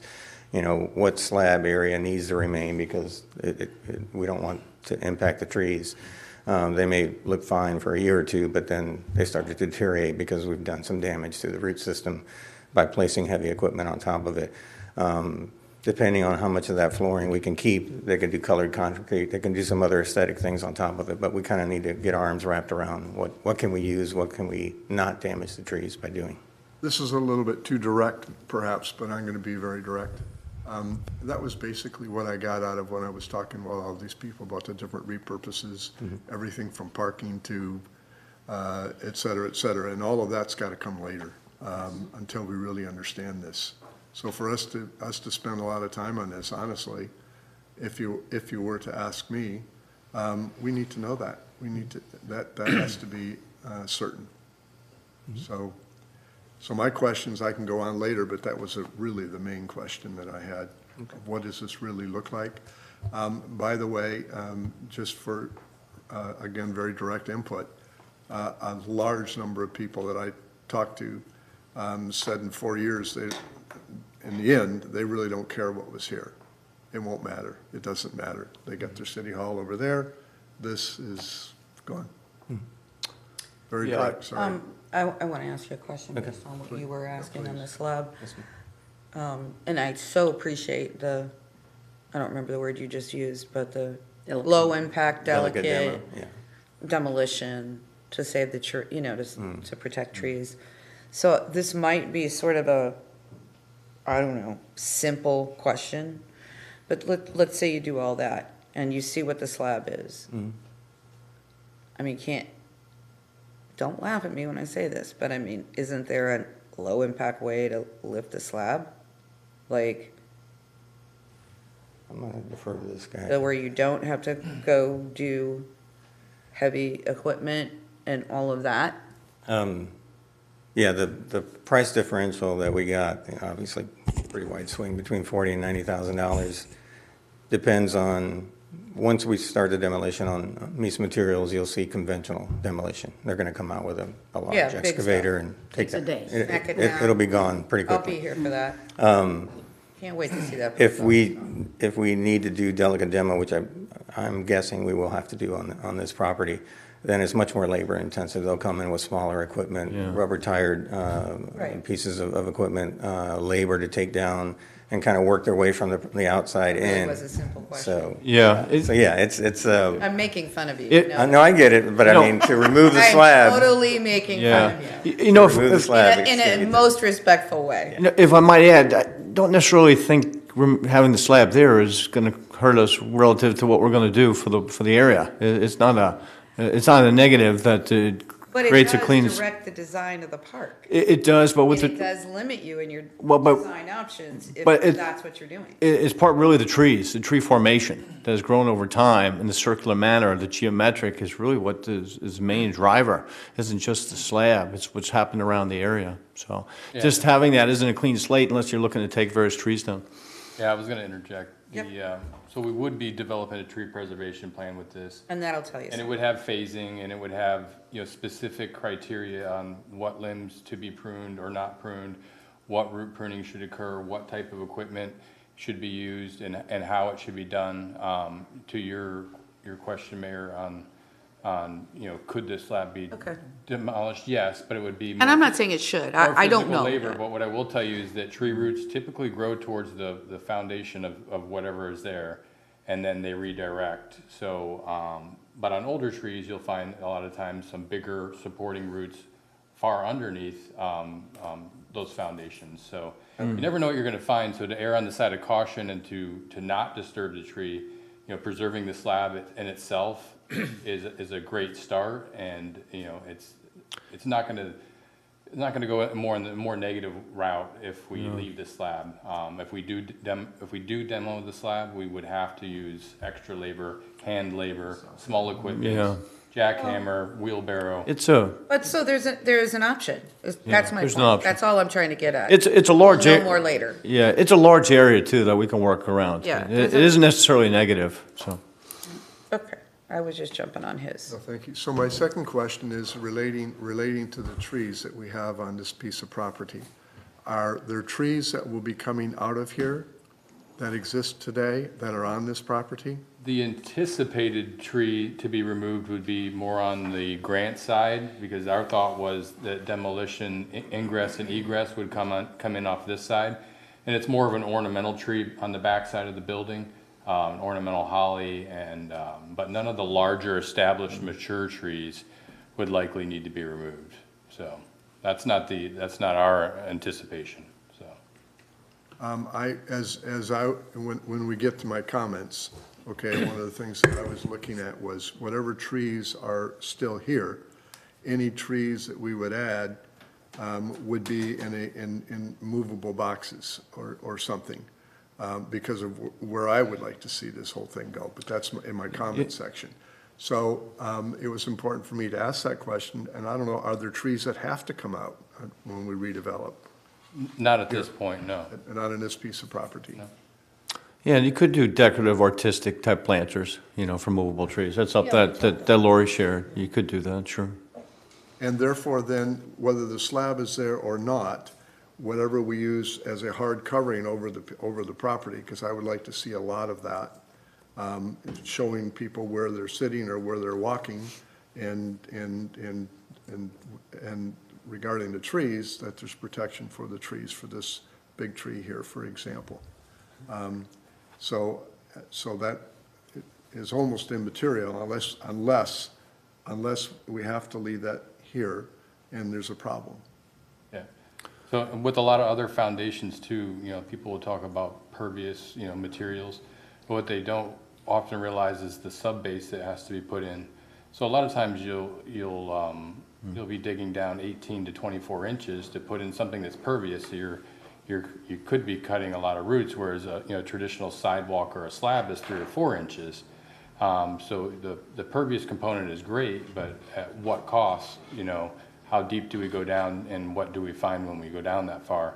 So if you were to preserve, the slab as is, maybe they could, level it out and skim coat it and put, thin pavers on top of the slab. Veneer it. Yeah, veneer of it. Veneer it. But if you're doing I just want to make it known that if you're doing other types of surfacing, it's not a thin, most of the time it's not thin, you're going pretty deep. I was considering all of stormwater. Yeah. Right, and I think one of the things we thought when we found that maybe we couldn't take the slab and still save the tree was, okay, well, at least we know our stormwater is what it is now, it will be what it is, so we have the same impervious material amount, square footage of impervious material as we do currently with the building. Zero impact, yeah. So, that would be an easier process of stormwater calculations. And also, then when you talk about whatever can happen, as Bob said, yes, it is a shape, but that shape can be changed once, if we're in fact stuck with the slab, we can, if you guys don't like the circular shape, or you have some other kind of, ideas, anything can be done to it. We just felt like with saving the tree was one of the number one priorities of the site, maybe that was the best way to do it. And would that slab, keep us from doing something important in the future? And we didn't think it would. Yeah, going back to the original concept, we looked for a respite area on the east end of town. restroom aspect to it, having some art to it. Really just a very interesting respite-type pocket park. You know, we have Pioneer Park over to the west. This was something that was going to be part of the downtown East End plan that people would actively seek out. So I'm gonna walk away from questions because Yeah. I've got comments directed towards that, but I'll let Yep. everybody else ask questions. Okay, so right now, we're just talking about the demolition part of it, okay? I'm trying to keep it in sections so we don't go all over the place. Any other questions on demolition? Yeah, so, my understanding, the building was built in 1949, I think, right? I defer to Jorge on that one. It was a public library years ago. I'm not sure, yeah. Yeah. And the question I would have, the building materials of that particular era are not typically what are in more modern structures, specifically as they pertain to more hazardous waste, hazardous material type considerations like asbestos and lead paint. So my question is do you have a feeling at this stage, you know, what might be involved there, or is that going to be part of the discovery phase when we rip up the Go ahead, take it. Floor? Yes, Commissioner. As I mentioned, that workshop that was done back in September, part of Pannoni's scope was to also assess asbestos and other issues that might be costly and if we were to pursue either remodeling or demolition.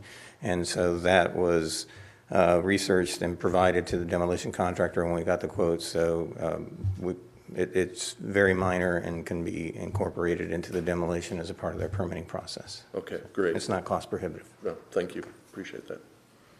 Commissioner Franny? Yeah. Craig, this, I guess, for you. So how old is the tree out there, estimated?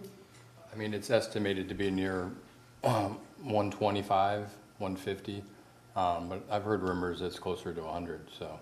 And what's the life, what's considered the life of a At tree like? least 300 years, I mean, or So more, gone depending forever. on how it's cared for.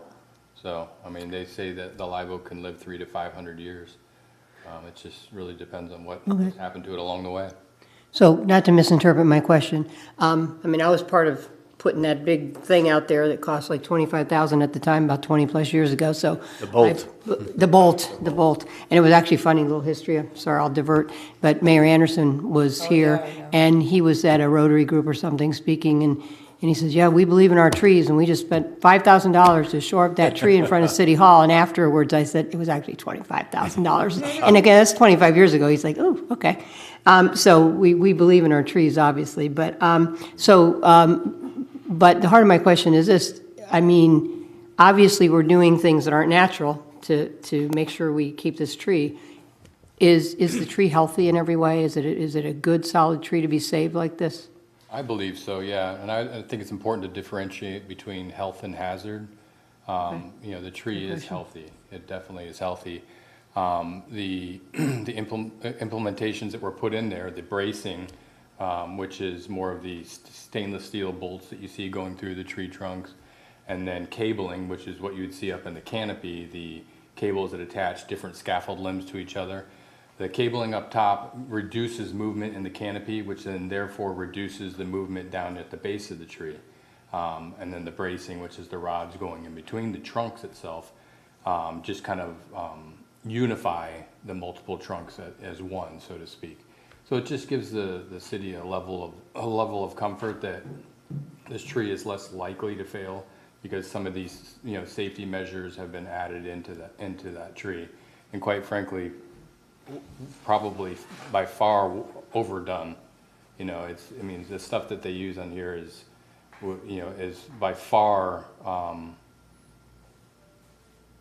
stronger than anything that is recommended by the tree industry. So, whoever Do you mean that as a good comment, or just yeah. like, hey, come on, we didn't need to do it like that? They over-engineered it, and I think in a good way. I mean, it's not going to require a lot of fixing and repairing or adding to kind of thing. So. I always think when I go by, it'd be nice to make it a little prettier.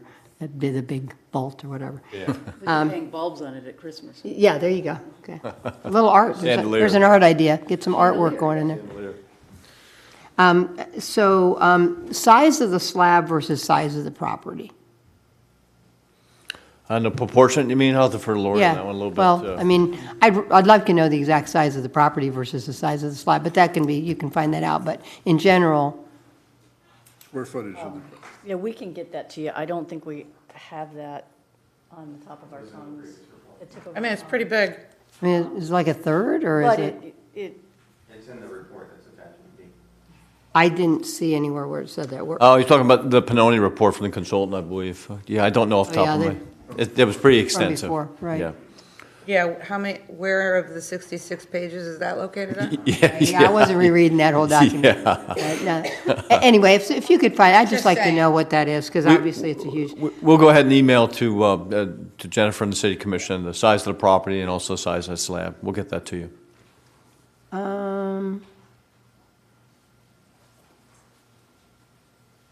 You get that to me? Okay, well, I think that actually is a question for, that's not really about demolition, so Okay. I'll just hold that. Okay, so anything on demolition, Jeff? Yes, Mike. please. Okay. No, most of them certainly been asked and answered, but just to clarify, and thank you for breaking it out into phases. Yeah, because that it's too just much. demolition, It's too much. my squirrel brain was having a hard Yeah. time with this whole thing. But it sounds like the focus on the demolition is gonna be saving the trees, so it's low impact.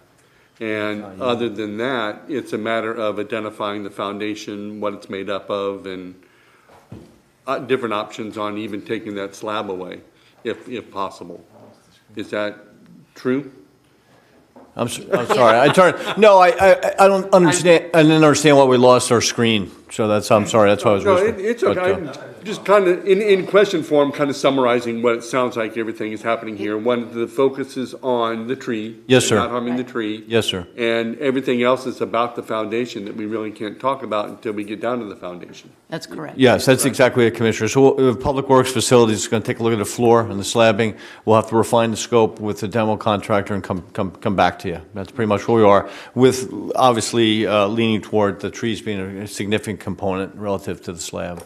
Okay, so what to do with the foundation will come back to the commission. Yeah, and as I said, that slab can be veneered, it can be stained, it can be artistic. There's a whole bunch of different things that can be And it done. can be removed. It certainly could. But I think the other thing that was important that Jorge mentioned and Craig can talk about, it could be several years before you see the impact on the trees. You know, it's not an immediate type thing. It could be 2-3 years down the road, and all of a sudden the tree is suffering because the roots were cut or whatever. And thank you for that, because we've also talked about any of the concepts in here.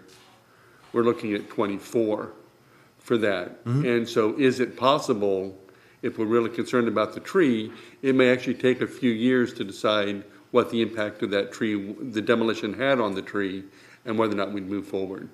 Or will we be deciding It could take several on what will happen to the foundation before we've given the tree enough time to really react to what we've done to it? It could take several years for the tree with a reaction to what happens with the slab. So it could be quite a bit down the road. I mean, it could be 3 years. I'll defer to Craig on that one, but Yeah, any construction damage to trees can range, Yeah. I mean, literally from immediately, within a month or two to 7 to 10 years. I mean, you'll notice a drastic change in some trees. Yeah. With older trees, their tolerance and their stored up energy is low, so they don't like disturbance. Younger trees can, tolerate disturbance and combat it and move on, but older trees, less is more, so. And the other thing we've always heard I is, certainly understand that myself, yeah. yeah, no. And I think the other thing we've heard is how important shade is. It takes so long for these trees to grow, so it's not like you can just replant, so that's not a factor. When you look at this aerial, and we were talking about trees on another project recently, and even at, we were talking about Pioneer Park, and we were gonna do the decking around the one oak tree. And we talked about the critical root zone, and the area of disturbance. I think sometimes it's hard for us lay people to realize the amount of critical root zone there is on a tree of this size and how far it extends. And that's one of the reasons why we didn't do the little decking around one of the oaks at Pioneer Park. So when you look at this, and you see that oak, where is that critical root zone? Does it show up on the foundation? Is it just where the drip line is, or is it further on this tree? Yeah, I mean, the critical root zone, so talking about stability and immediate health, is going to be at least a drip line, but for longevity and ultimate health for the tree, it's going to be, well beyond the drip line of the tree. These roots will serpentine around any conflict, so they're likely wrapping around the perimeter of this building and going towards the other trees. Like the big oak has probably got roots going around the perimeter of this building heading to the west, so the other trees, wherever it can, find rooting space. So, yeah, I mean, all of it is rooting space, and roots will extend far past the canopy. But when they do hit conflicts within the critical root zone closer to the tree, they hit and build and mound and then kind of go around. So when you're doing demo of that, that's where it becomes a slippery slope where even with delicate demo, there's still an interface there that you are. Yeah, thanks, Craig. I think another important part of this, part of that slab's going to be taken up with the restrooms too, if that's where the commission decides to go with additional restrooms. So this is not probably as large as you think it is once it's all fully designed. Can I ask a question? Because this is one of my questions. Yeah. How much square footage is needed for the restroom component? Do you know? An average? For Lori here at this point in time. I also have that, but not up here, and I will get you that. Okay. Yeah, I was just curious. I think we all probably Right, have but questions it about did set restrooms, it, but so I let's was not go down the. Yeah. Okay, Jeff? Okay, so I know that we've had some different concepts here. And then we also have the interim plan, right? And so my question, I guess I have more of a comment, I guess. It just seems to me we should focus on the interim plan and let things settle down before we decide. Sure. And move on, but that's. Sure. Okay. I'm done. Okay, so in regards to the whole demo, are you still looking for consensus to move forward in that? Yes. way? Yes. Do we have consensus to move forward with demo? We've acknowledged that the cost of bringing it up to code is prohibitive, right? Yes. And that's the main reason we're talking about. Right. I just didn't want to miss out on that piece of it with the public listening. Yes. And we still have to vote, because there'll be a contract, or once you get your final stuff, right? Don't we still have to vote on that contract? If or? it's over $50,000, which is my delegated authority, you would have to vote. Okay, so it may not come back, but it may. That's correct. So what we're doing here is going ahead and giving you consensus Direction to to take the demolish building down. Yes. Based on all the various steps you're taking to ensure everything is safe and done properly and all of that stuff. And Mayor, if I may, that is predicated upon the September meeting, where we presented the assessment of this building. Yep. And staff's recommendation is to demolish the building. Okay, so we can give consensus direction on that piece of it. Yes, please. You'd bring it back anyway if it's over your delegated authority. Yes. Everybody okay with that? Yeah, I am, Mayor. May I just ask a quick question in relationship to that? Would there be any question about this slab that would need to be readdressed for any reason? If there is, Vice Mayor, we will bring it back to you. If it's a policy decision or something that impacts this, the discussion that we're having right now, then we will certainly bring it back to you to make that decision. Thank you, Mayor. Yeah. Okay. Okay, I think you, yes? Yes. Yes, okay. I think you've got consensus direction Okay. to move forward with that step. So the other three items, I think, are appropriate to talk about are, the proposed use of this park. Because I think if you're going to design anything and create anything, you got to know its use. The features, that's another section. And then public participation was discussed. So if we can move on to the whole use, because I think that's the base of everything. Bob, as you mentioned, in your plan, in the East End plan, the two reasons in that plan that the park was proposed, and you said some of this while you talked, was there's actually three, but we didn't know the third one until after this. But in the East End plan, it was to buffer between other redevelopment that is going to happen over time, right? Yes. Gas station or auto repair, gas station, whatever that was, may end up going, all the various redevelopment that will happen. Yes. This serves as that Respite area. respite. A pocket but, park. You know, buffer between other development, right? And then 2, create the environment of economic development in the east end that we have in the west end with Pioneer Park. Am I saying all that correctly? Yeah, I'm just trying to frame our discussion. I understand. I mean, the pocket parks are an integral element of creating a downtown revitalization element, and this is an important part of it, certainly. And the restroom, so this would be a little bit of an activity area, and we saw this as a very important part. Obviously, parking and pocket parks are very important to a downtown.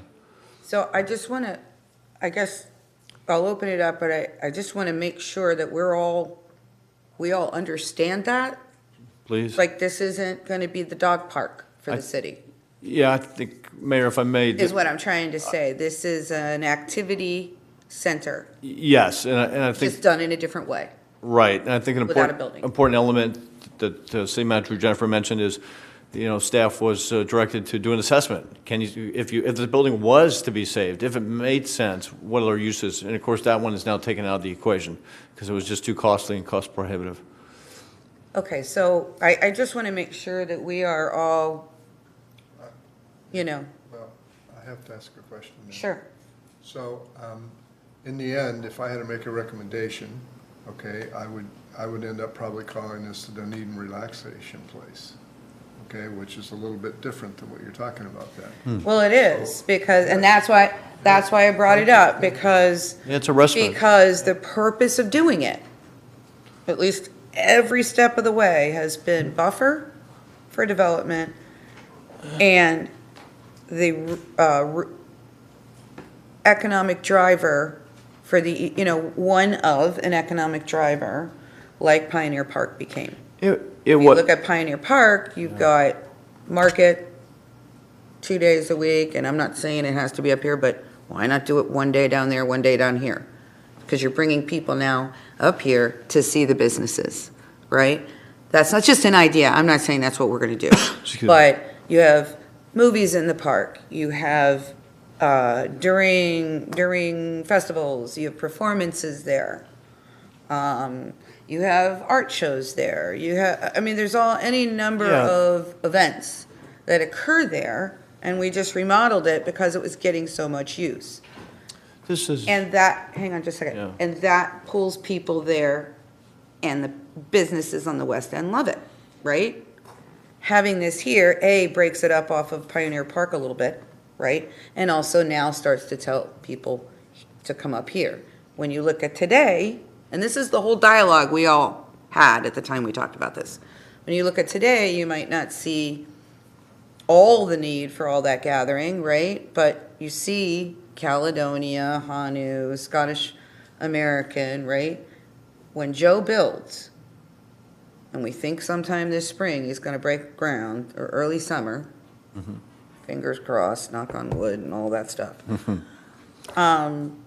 Within 2 years, you're going to have a bunch of people there, and by bringing this, you don't have that open space either, right? By bringing this, it brings some of those people down in here and gives another reason for businesses to revitalize. Yeah. And that's exactly what Pioneer Park did. Yeah, I just absolutely understand your thinking there. This is a much smaller venue than Pioneer Park. It is. This is not. So it's limited. No, yeah, I just want to make it clear, this is not a downtown market. This is not a movies in the park. This is a smaller. But there will be, but it'll be active and attract people. To the extent that it can be. Right. It's going to be more of this respite, sit on the bench, take in the shade, use the restrooms. It's not going to be a performing, it can have, coffee in the round or Shakespeare or something like that, but it's not going to be a band stage type element like Pioneer Park. The character, it's not as large as that. No, you're not going to have a clamshell or something, Yeah. but you can still have performances. But I'm just telling you, this is what we talked about when we talked about the development of this park, the East End plan, the whole thing. So I just need to make sure we are in general, not specific, right? But general agreement in sense of there's going to be active things going on here. That was sort of the purpose of developing it. And that then goes into all the design. Because if you were to have, I'll just give an example. If you were to have somebody stand in the middle of the slab and perform, you wouldn't want a bathroom to block your view, would you? Do you see what I'm saying? So I think we have to. No, I understand. And I'm not trying to nail anybody down. Yeah. I guess what I'm saying is active versus not active. Forget what it is, but It can be limited active. It's not a market, it's not a band stage. You know, it could be Shakespeare in a Round or something like that, but it's going to be, it's different than Pioneer Park. and I'm not saying it won't be. Okay. But Because I'm of size.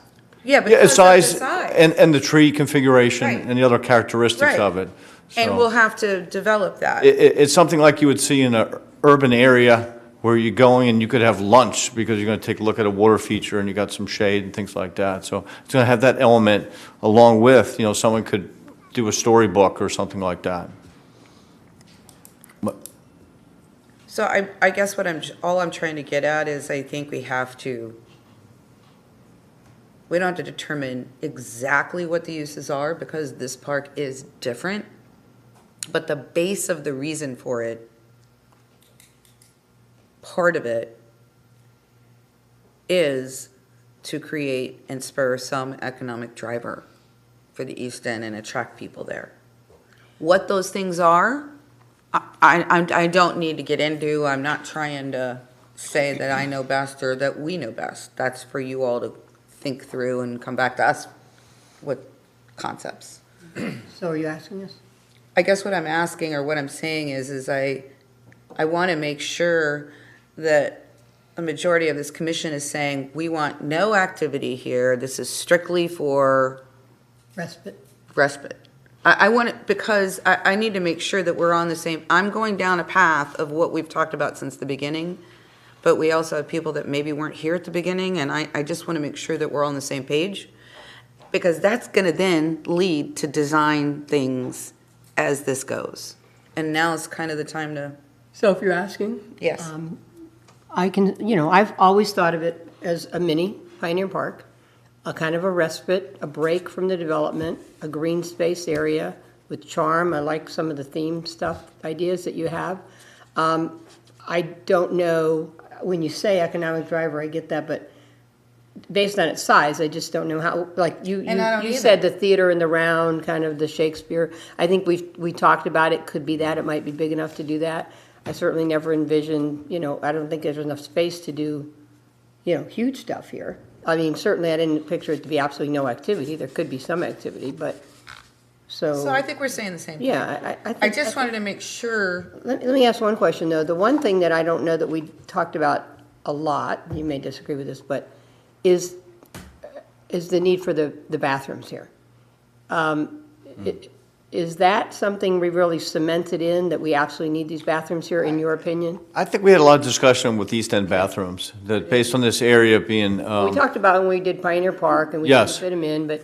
We did. Well, we could fit them So- in. We didn't want to fit them in. Yeah, and Let's be very honest and clear about that one. Okay, so again, the importance of bathrooms here, is that pretty much a huge thing that you believe needs to happen? Yeah, this is a small bathroom too. This is not as large as what we're seeing at the boxcar, so I want to make that clear too. But yeah, I think having a bathroom here in the East End is not a part of the link along Main Street. As we're going toward the east, as we talked about the gateway becoming more active, and we'll have the parking lot there with Mies Materials. And so as you're walking down, it's a nice situation to have. I do think, Commissioner, as well, that it's being used as a public restroom now. When City Hall's open, they're open to the public. Yeah, I don't need to hear a lot of detail about that. Well, but, yeah. But okay, thank you for that. It's not fun, I can tell you. Yeah, but thank you anyway. for that. It's limited again too. This is not, a whole large bank of. Understood. Thank you. So I think we're kind of on the same page. I have to make some comments then about that. So in the end, I believe we ought to take the facility down, see what we have here, and then start to work forward. Sure. And I do see this as a Dunedin relaxation place, not as an active, but perhaps some changes made to that. I mean, you've heard me talk about the Englisher garden concept, so forget the Englisher, but a garden concept where in fact we may end up having some activities here that involve people being able to get something to drink or what have you. In other words, it's a relaxation, not so much as an economic driver now, because we'll have a bunch of things up on this end and we'll have things down on that end.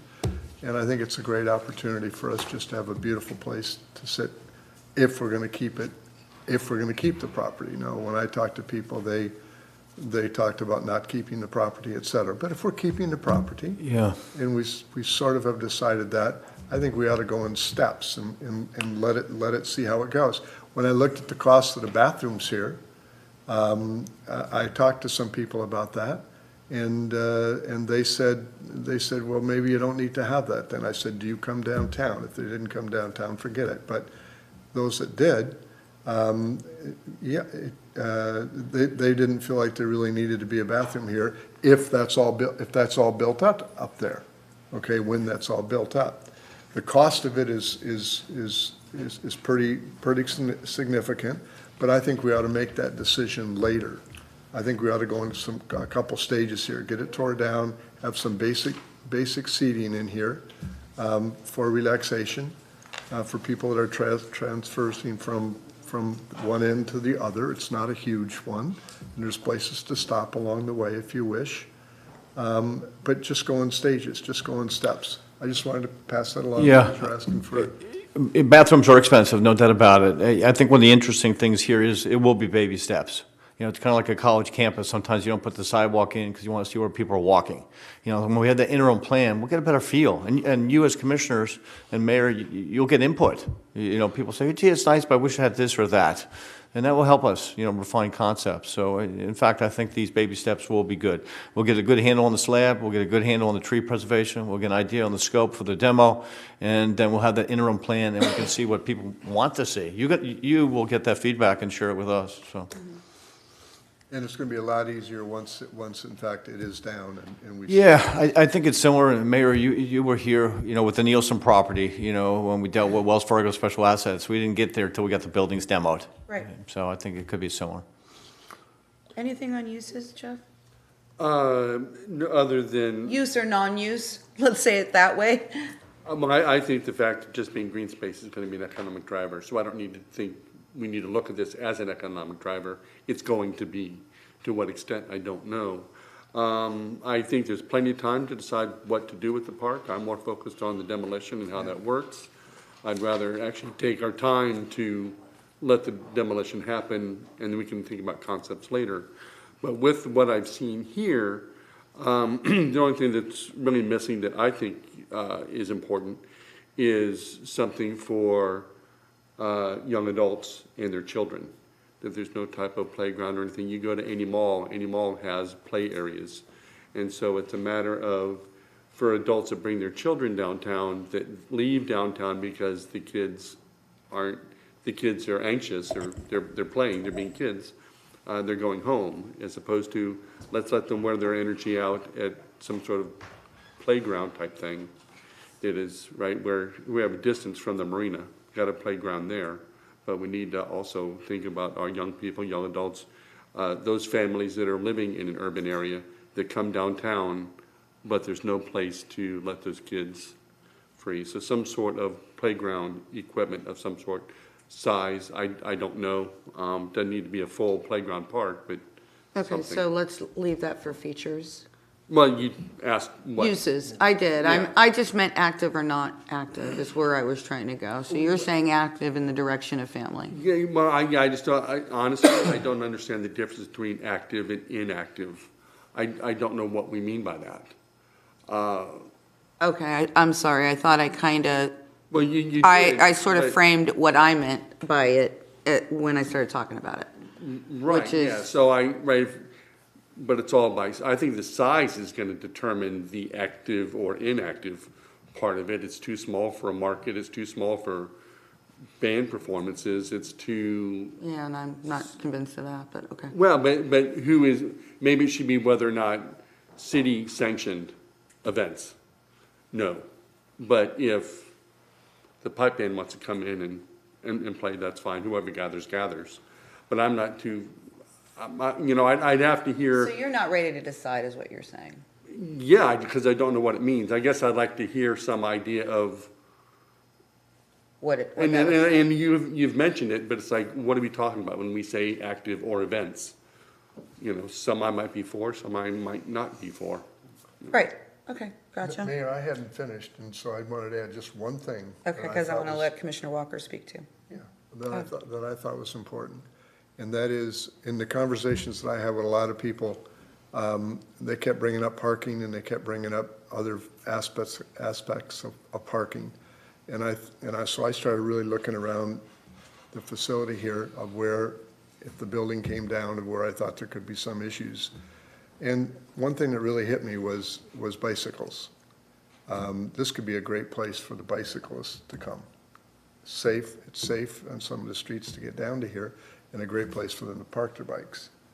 But again, I'm in for it to be a relaxation park. Commissioner Walker? Yeah, so I'd really like the concept of buffer.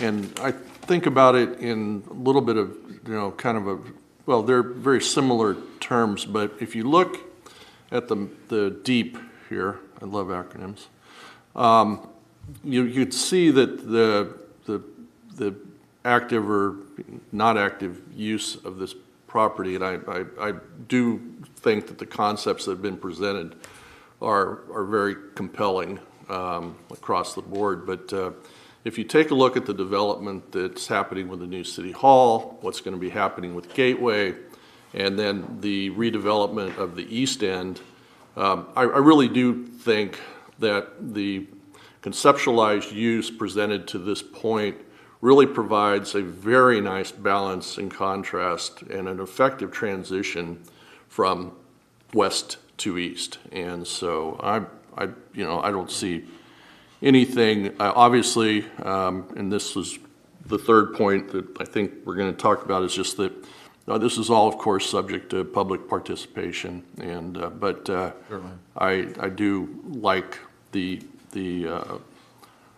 options that have been presented, because, you know, it does provide a very nice little balance to what's happening, again, City Hall, Gateway, and what's going to be happening on the east side. So, thank you. Okay, so, you know, once we get through the demolition and the interim plan and all of that, I think it would be important, before then we get to sort of design phase or whatever, I do think it would be important to, from an economic perspective, a green space perspective, all of those things, I would personally like to see you all put on paper the type of events that you think would be appropriate here, once you can see what you've got. I mean, if any, I'm just saying, because we did at one time talk about it being somewhat of an economic driver. And what that means, I don't know. So maybe we can, I mean, I'd like to understand what your thoughts are on that, put it on paper so that we have, because again, I think, I think when you start throwing out concepts or start talking to the public, you want to have something in your head. You know, as to, you don't want to design something without knowing what you're going to do with the park. Right. You know, Right. so at some point, I do think we need to have that discussion. I totally agree. It's probably too soon. I just felt like they stuck concepts in front of us. So I'm like, how can you do that without defining what we're doing with it? Which is why I brought it up. Not that I thought it was the right time to bring it up, but I have concepts in front of my face now, so I need to know that. And just for the record, I'm sorry, Mayor, the only feature that I'm not a fan of is the water feature, but we can discuss that later. Okay, so the next piece of it are the features. You saw kind of all these up in the air concepts. So I'll turn right back to you. Thank you. Wow, okay. The water feature, I'm concerned about the cost of it. I think it was $100,000. That's a lot of money. The maintenance of it. It's in a park that is loaded with oak trees, and so I can only imagine with the oak leaves and the pollen, it's going to be a maintenance nightmare. It's going to be shaded, so it's going to be pretty for about 30 seconds, and then it's going to be stained with pollen and things of that nature, or the maintenance of that is expensive. Also, to have a water feature in a day and age of where we're concerned about wasting water and things of that nature. I don't know that it's a good public image for cities to go down that road of having optic-looking water features, as well as, and the main reason, if we're going to have and promote a water feature in Dunedin, we have the Gulf of Mexico, we have the St. Joseph Sound, and that should be our water feature, is my thought. Any other things that you just want to know that we're for sure considering? And you don't have to pick like a plan, Yeah. just items maybe? No, I think all the items are worth considering. The only thing I might bring up, and since I wasn't able to tell you what activity, is I like on the fact that if we use the foundation, and the foundation is a circle, just to acknowledge if we do anything with a circle, our pipe bands compete in a circle. And so it could be an homage to our Scottish heritage and culture and things of that nature. But other than that, bathrooms, I think we need a bathroom. What size, I don't know. I'd like to take into consideration not just how many people use the bathroom here currently, because we are not open on weekends and when we have our major events. You know, I think that's a consideration. We do need some public restrooms. And included in that, it's not mentioned here, but also a hydration station. We should have outdoor water fountains and things where people can bring up their water bottles and fill up. I'm certainly in agreement with Vice Mayor Tonga and bicycles, as I know that might be no surprise. But I know that was in the plan, is to have bike racks and things of that nature. That's fine. But it would be those type of public events that I think you might have a local bicycle club that meets there. And so those type of things I would want to encourage. If the pipe band wants to practice there, those things, but those events are coming later. Other than that, I'm open, so, thank you. Okay. Vice Mayor? Let me see if I can summarize this. I would like to see two stages of this myself personally. The first stage would be sometime shortly after this was taken down and we understood what was happening on this piece of property. And that first phase would be fundamentally just a place to sit and relax, with numerous chairs, numerous seating arrangements, et cetera. And then the second phase would then, we would have received a lot of great input from people as to what they really wanted to see here, what they wanted to view, but I would still hope that we would maintain some real simplistic issue here without a lot of complexities. And I'd like to question the bathroom continuously because of the costs and what we'll have at the city. We'll have restrooms at the city hall, right across the street, and the like. So I would like to go slow on the more expensive phase and just do something relatively soon on the first phase. So there are no specific features you want to make sure that are considered? No, not yet. Thank you. Not in the first phase. Okay. Me? Yep. Okay. And it could be first phase, second phase. Again, we're looking at concepts. While we have them in front of our face, I want to spark that creativity and anything y'all are thinking that you definitely want to include. Because none of this is written in stone. Okay, so,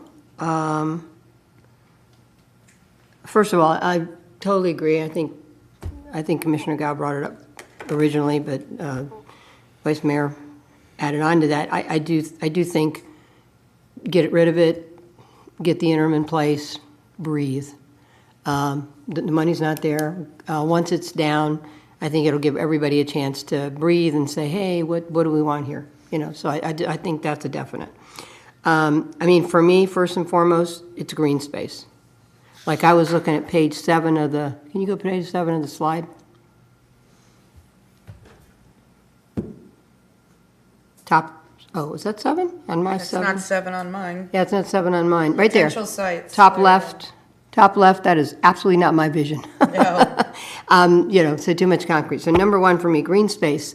Green space, we have existing brick that can be utilized. I mean, so that's already here. And trees. I mean, like green space, trees, brick. We got 3 ingredients that are amazing right off the top. Place to gather, sense of place. I mean, and I love the idea of the mosaic tile with our name in it kind of put into it. I think that's kind of cool. Makes me think of Blake and Carroll. You know, we've got local artists that do a lot of that.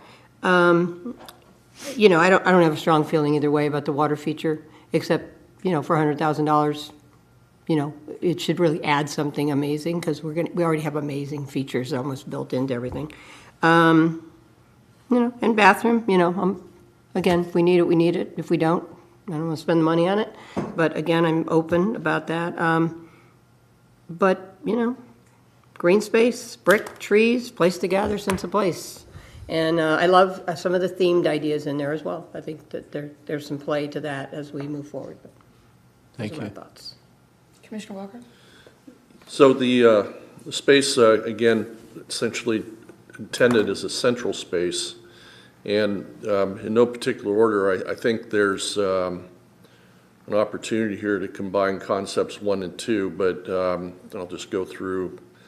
I think local art and sense of place, I think that's something that we need to embrace as that central space as you start coming into downtown Dunedin.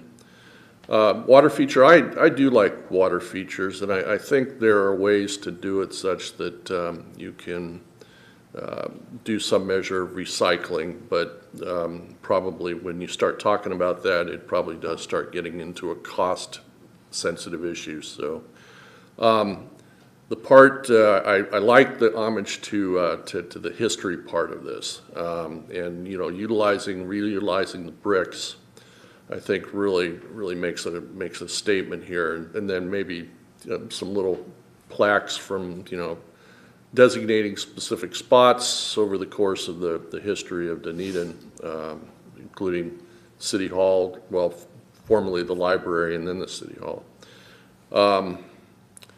And regarding the restrooms, the one observation I would make, and again, I'm not in favor of you know, of increasing the cost of this.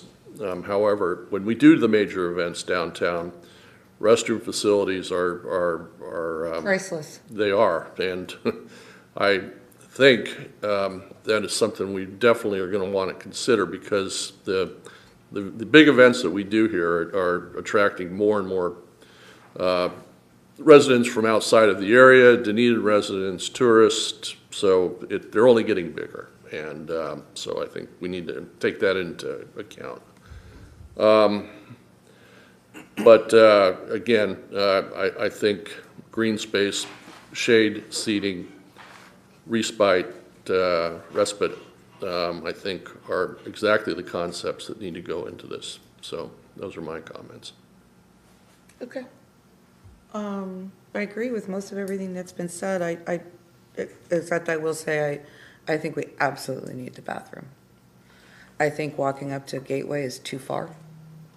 I don't think, and especially I don't think people are going to walk over to City Hall, which is a block over. They may not even know it's there, and it's only open during the week.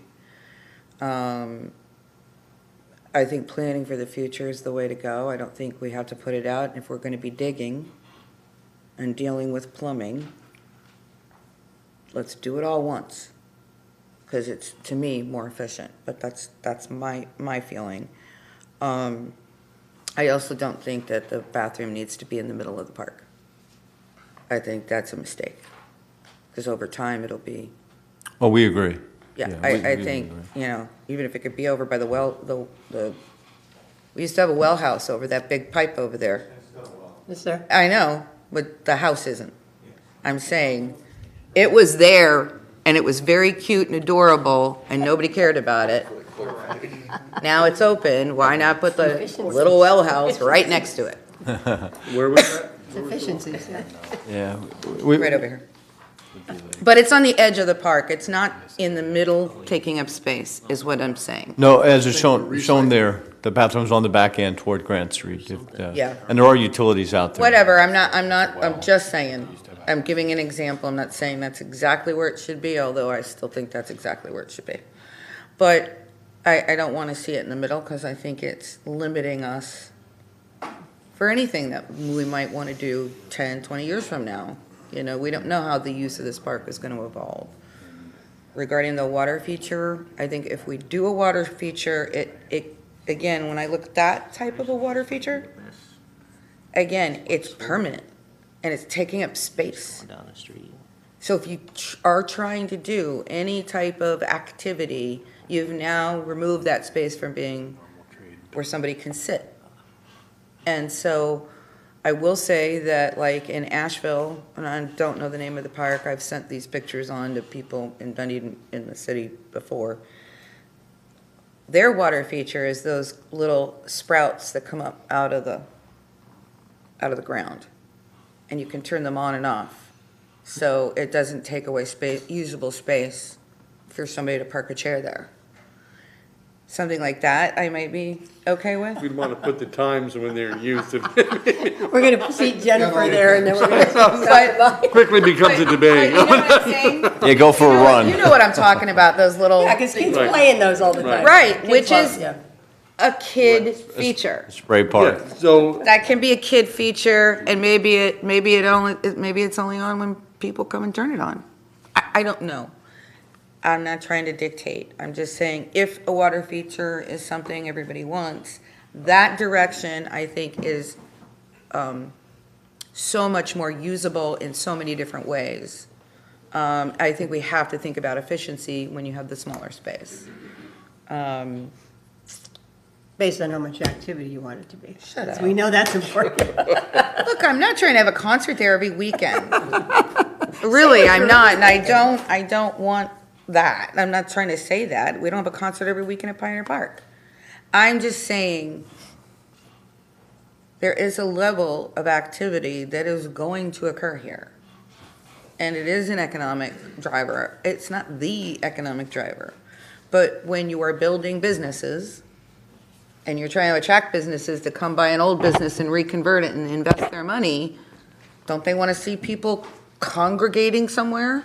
This is what gives them, and this is what Pioneer Park did. Now we have well-established businesses down there. This is gonna shift, so that's what I'm thinking about. Oh, okay. Anyway, I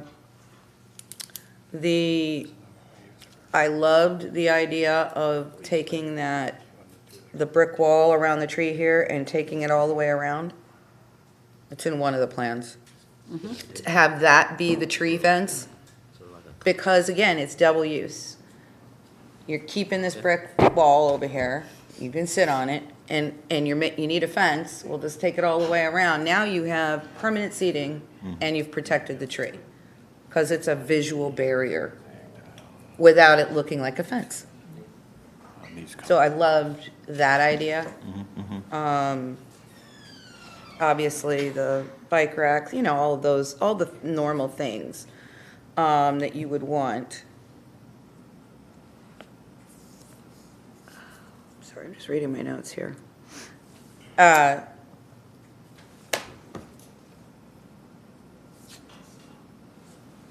love the idea of the interior being more open. I love the idea of, versus the palm trees thing, which I love too. I liked it. I think we have to make this location versatile for what may come in the future. So I don't want to fill up all the spaces, what I'm trying to say. I do like the idea of the whole history thing. I thought it might be interesting because you had like a couple of different, the plans you were naming, Grove, Park, Summerside. By the way, we don't even talk to Summerside anymore. Celtic is great. I think it would be fun as part of the public participation plan, which you're going to talk about, but instead of when we start thinking about the design and the theme and all of that, I think it would be fun to have have a contest for the community to name the park versus us. I agree. You know, and obviously we would have the theme. We'd come up with the theme and let them look at that theme, and then they would name it and give them a little prize or something. I think it just attracts people to participate. I think that would be kind of nice. On the features, and Jorge, I have a question. And I know, I think I already know the answer, but I have to ask. Given all the trees, and you can answer too, Craig, given all the trees, this isn't a place that we could actually have a underground vault for stormwater, right? Yes, Mayor. I think for the reasons that Craig articulated earlier, if we're going to start to excavate to create an exfiltration system, then you're going to start to go down a pretty significant depth. And we could inadvertently then damage that root system that he described that either runs itself along the perimeter of the slab or dives down. So You understand why I'm asking, right? Yes, I do. We've been trying to find Yeah. places for, I'll call it a community I think it's a, underground vault where new businesses come in and they redevelop and they rebuild. Now you have a place that they can tie into, yeah, a regional. a regional vault. I think our best. I knew the answer, I just thought I gotta ask, because here we've got I an know. available property and we've been looking for years for a place to do this. I know Clearwater did some of that for sure. Of course, yeah. Huh? We've got one under the new city hall. Well, Well, and and we- maybe the parking garage over at Skips is a place to put it. And we have one behind the living. We have one behind the living room too. We did porous concrete, so we do think of that. And behind Okay, the I knew, Mon- I kinda knew the answer. but I no, wanted to- and behind the Monroe Park Townhomes, we did exfiltration. So we do take that into consideration. I wish we did have a regional drainage basin, but we got built out pretty quick. Okay, from the future perspective, I think that's all of the main things, that I had, for now, because again, I think we need to see it. I think everybody's right, we need to see it. Okay, if I. So now if you don't mind, did you have a question on that piece? No, I'm going to recap when you're done, just to make sure I know my Yeah. direction. So then, on the public participation plan, can you talk to us about that, Jennifer? So, Or what you're thinking? actually, given the discussion this morning, what I'm thinking is that we do the demolition, put in the interim plan. We'll find out exactly what it is we And can then do moving rediscuss it forward. all. And then bring it back to you and talk about moving forward. Yeah. I think that everything is really impacted by that slab. It is. And so once we know more about that, we can come back and talk to you a little bit about conceptual plans moving forward and how we engage the public, and we'll probably do that summertime. Yeah. Yeah. Okay. All right, then, I think that gets, any, And I do think, again, get it down, make it interim, and let people breathe a little bit. right. You know, they- No, I give them a don't, chance I to don't kinda think through disagree. it. Yeah. I don't disagree, but I mean, I think as we're talking, we don't get these chances to talk. At this stage, we might be saying, we like this, this, and this, in general, and 6 months from now, we may have a totally different opinion. Right. This gives Or us, we'll re-talk about it and reanalyze and then shift, Right. which is totally okay. But whenever we get a chance to kind of talk about what's in our minds, given the fact that we can't talk to each other outside of these meetings, I feel like it's important to have the dialogue. well, also, Mayor, this is, as we mentioned, redevelopment or reuse of the park is not budgeted, one. And Right. number two, it's a really large project that I'd rather staff finish off what we have going on now than embark upon another large project Right. immediately. And we should also remember that we promised people at City Hall, the City Hall meetings, the new City Hall meetings that we had back in 16 or whenever it was, they wanted green space over there. And what we said to them was this, which is a block away, right, will be green space. Yes, we did. So, it's part of the fulfillment of what, and those were residents that live all around that area, They didn't define what that meant, but they wanted green space this way. Okay, what else do you need from us? No, I think we're good. Thank you for all the discussion. I think just to recap, we're going to go ahead and Jorge's staff's going to go ahead and take a look at the flooring here and see what's involved with then getting a refined scope from the contractor. We're going to see what that cost is. If it's under 50, then 50,000 of the delegated authority. If it's more than that, then we're certainly coming back to you. I think that's step one. And then the other step, obviously, is the interim plan, what's involved. So I'll probably need to meet with some staff and the city manager here, Jennifer, to see how that takes place. And I think we'll learn a lot with that interim plan. You as commissioners are going to get a lot of input relative to that. And we'll see what people's activity, how it gets used. Obviously, the gateway has not started yet, so we're absent of that, but we'll get to see how it's used as a gathering place and then be able to come back to you, refine scope, and then also the public participation. I think we all agree is going to be a very important element relative to the shape and concept to come back here with the park. There are some common elements that we received today, so thank you for it. Obviously, bike racks are very important. We heard about the hydration, so we certainly have a water fountain.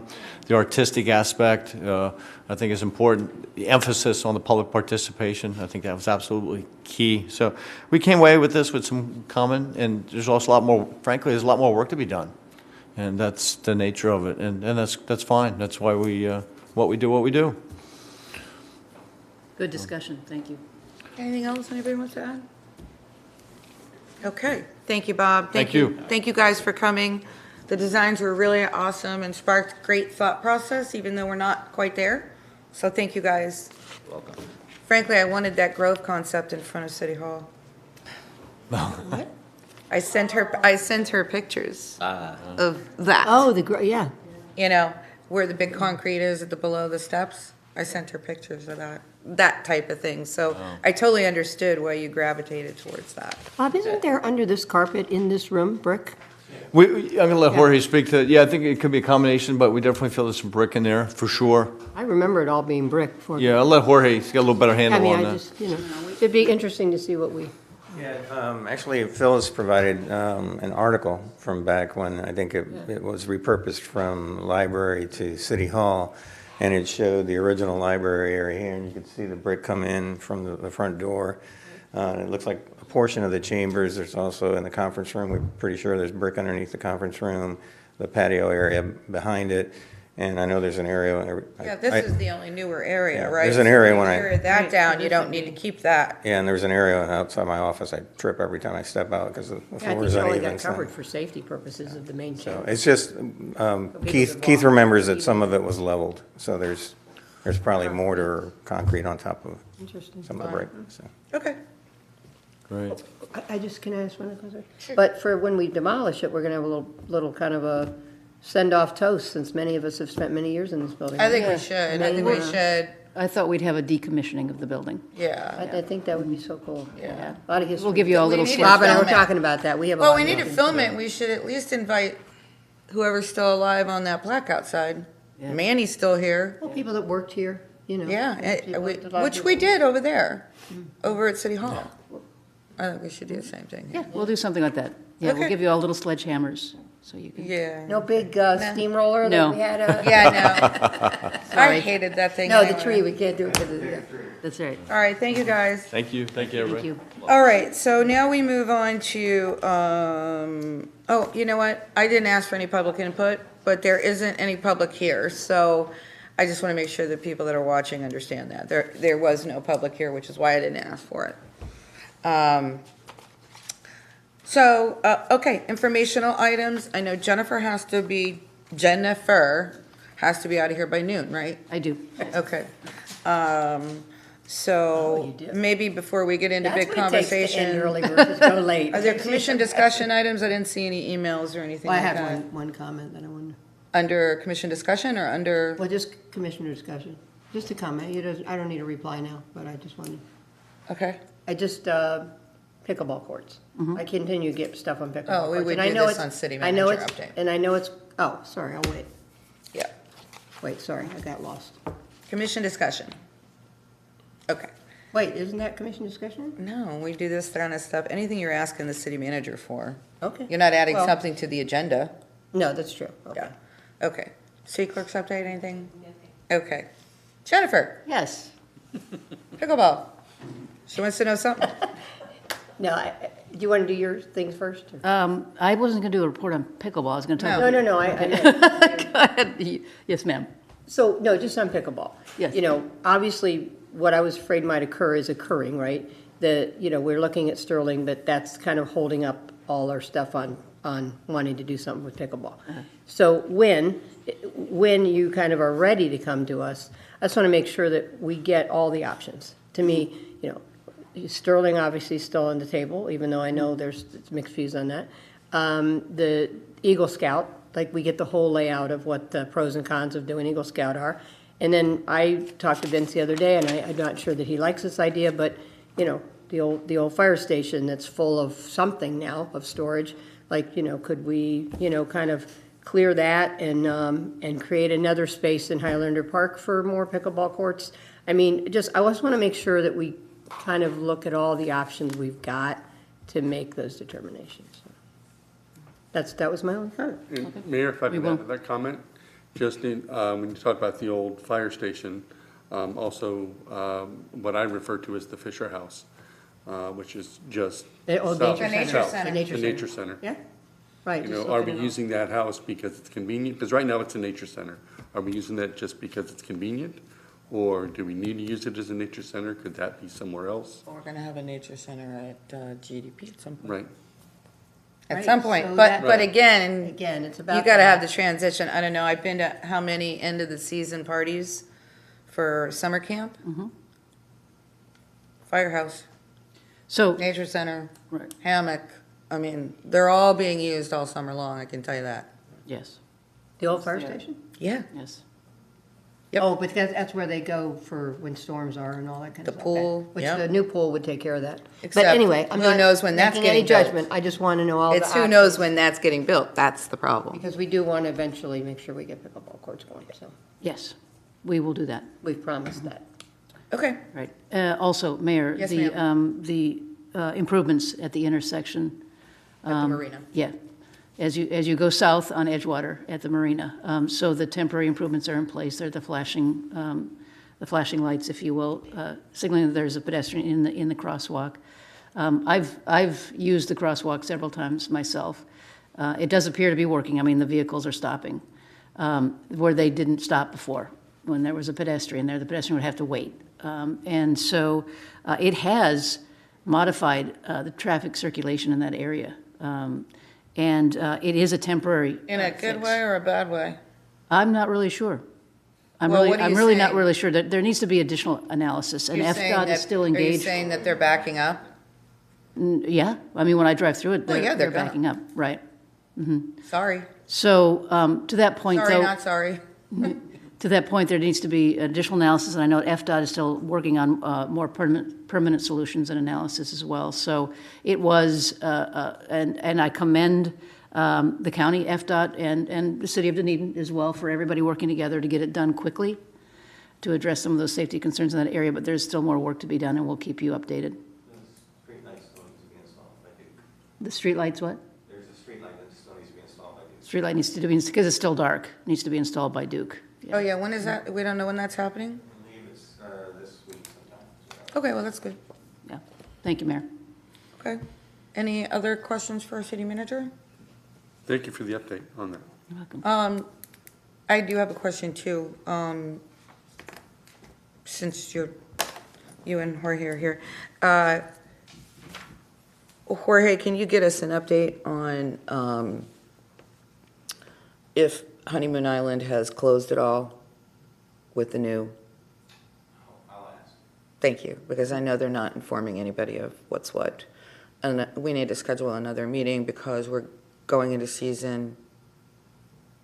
So that's important. I think we need to have a group meeting again, Okay. if we can get that on the books at some point. The other thing is, and I know it's sort of under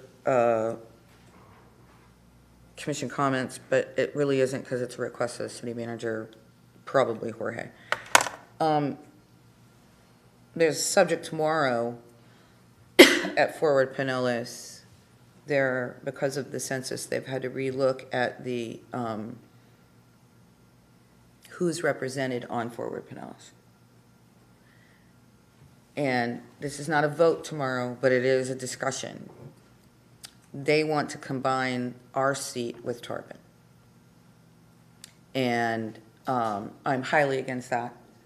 We are the 5th largest city. We have 10,000 more people than Tarpon. We have 3 state roads. It's my understanding they have up to 25 seats that they can have on this board. I'm not saying they should, but they can. And so I am relatively sure, I mean, I haven't heard, I mean, I can't, because of Sunshine, talk to Commissioner Eggers, but I've heard through the grapevine that he is adamantly against this as well. And I think it would help our discussion tomorrow to not look really self-serving on my end or the commission's end, or the Dave's end, if we sent a letter from our city manager, you know, and the entire commission, you know, that it's all signed. You don't have to physically sign it, but something's, you know, saying that why we don't want it. So, Mayor, can I? yes, ma'am. May just one comment on that, because as you're saying it, I'm sitting here thinking, you know, what was it? Number one, it was in the top 3 of our issues was traffic. A Yep. concern of our citizens. I don't know if it was number Yep. 1 or number 2. But That's a good point and, to add. And the driving force of that is the state roads. It is. And therefore, I think it is incumbent upon us to make sure we have a seat on there, a Yeah. full seat. A full seat full that's seat there at the all the table. time and not rotating. Yeah, I just think it's too critical to our citizens not to have a representative there all the time. And it wasn't that our population, it was St. Pete's population has grown, and they want to add a 3rd seat for St. Pete. Now, you have to also understand, But they can just add, right? yeah, Okay. I think staff How many- doesn't want to add. I think they don't want to change the number.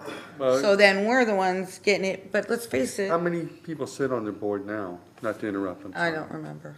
Is it 15?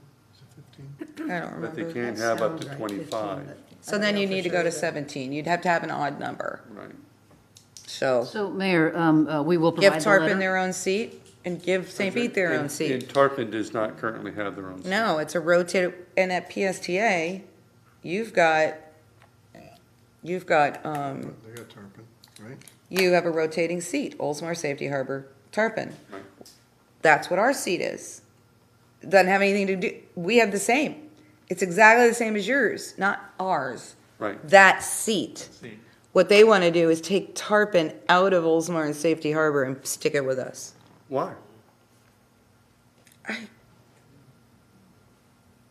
Well, don't ask me, other words will come out of my mouth that I don't want to say. Well, so then Oldsmar and Safety Harbor would still have one seat. Yeah, but they're only rotating between the 2 cities Instead of the 3. instead of the 3.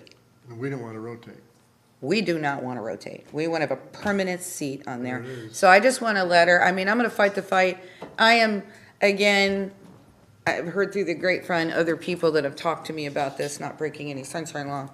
I've heard that there's opposition on the county commission. I can only assume that's Dave, Commissioner Eggers. I mean, I don't think anybody else.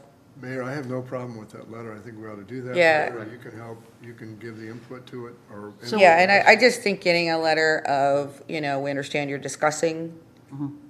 I can send you the agenda item. Yes, if you would, Mayor. So just to As soon help as I staff get frame out of this, here.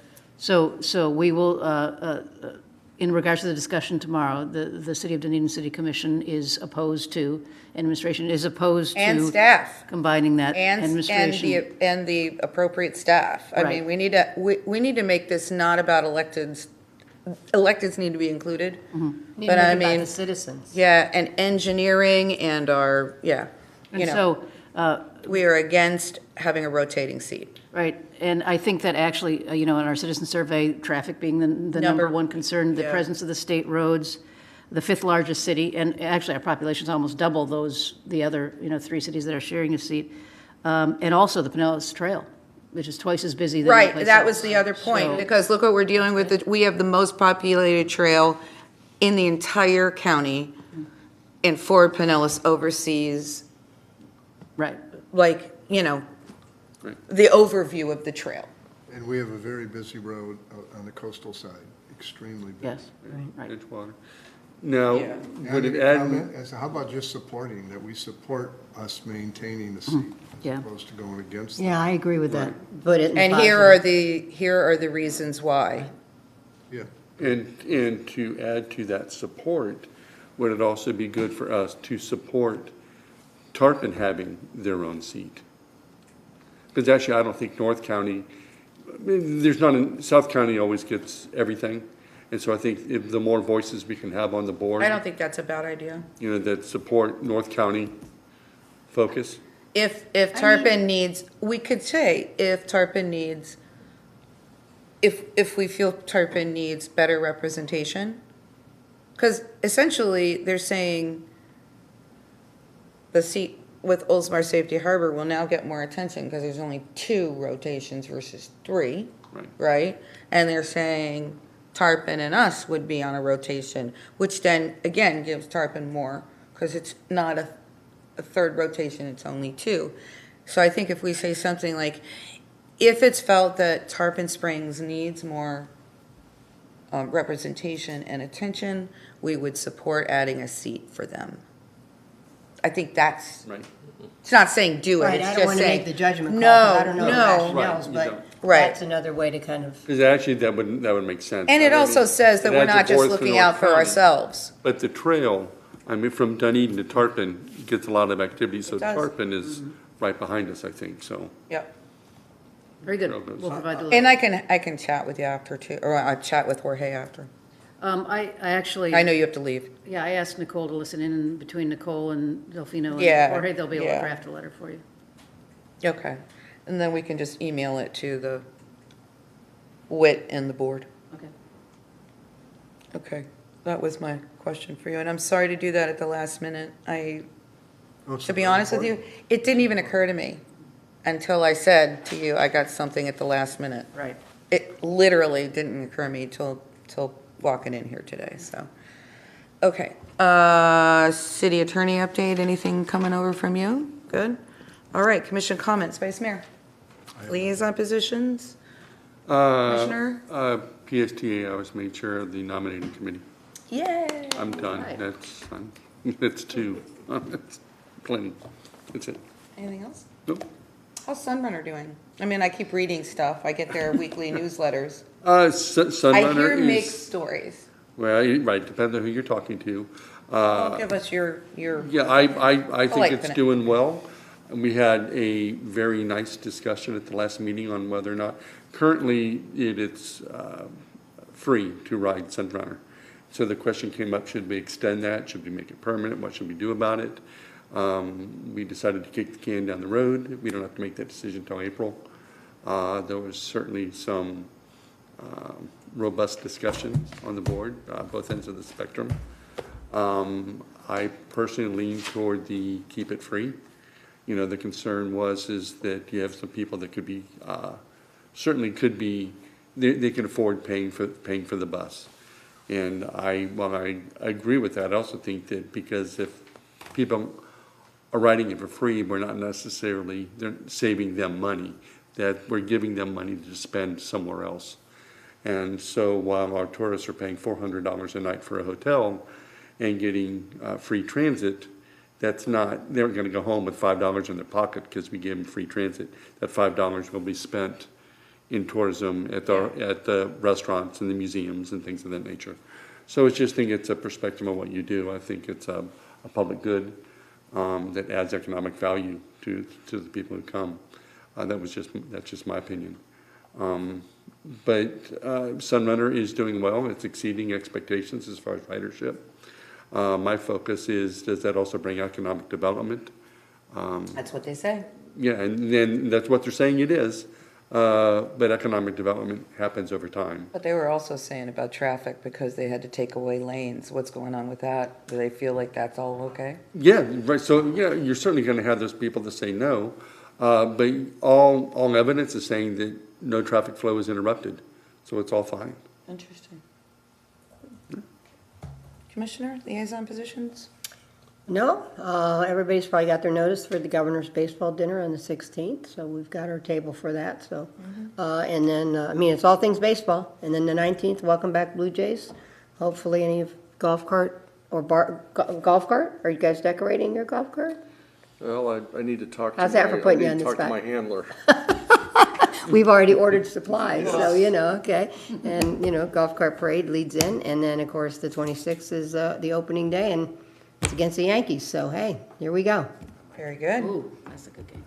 Anything on your liaison positions? So I had an opportunity to go get a walkthrough of the of Dunedin Cares, and that was a first for me, and to get to see the operation behind this tremendous resource that Dunedin Cares provides this community. And I got to tell you, amazing group of people, amazing group of volunteers. I did post a most needed item list on my commission Facebook page, and I'll be happy to circulate that. And I'm actually maybe through Sue and our communications group, but they do have they have a hot list of things that they are desperately in need of. So I think the more we can get that word out, better. Regarding Dunedin Fine Art, the planning for the 43rd annual garden party is in full swing. There will be sponsorship opportunities that'll be broadcast here shortly. And anyway, the date of that event will be Sunday, April 16th, and it promises to be a wonderful event like it has been in years past. So It's on Victoria, is it on Victoria Drive this year? it is actually, Yeah, yes, 'cause it is. That's a great, Yes, that's yeah. a great area. Huh? Yep. Yep, good point. Yep. That's all I've got.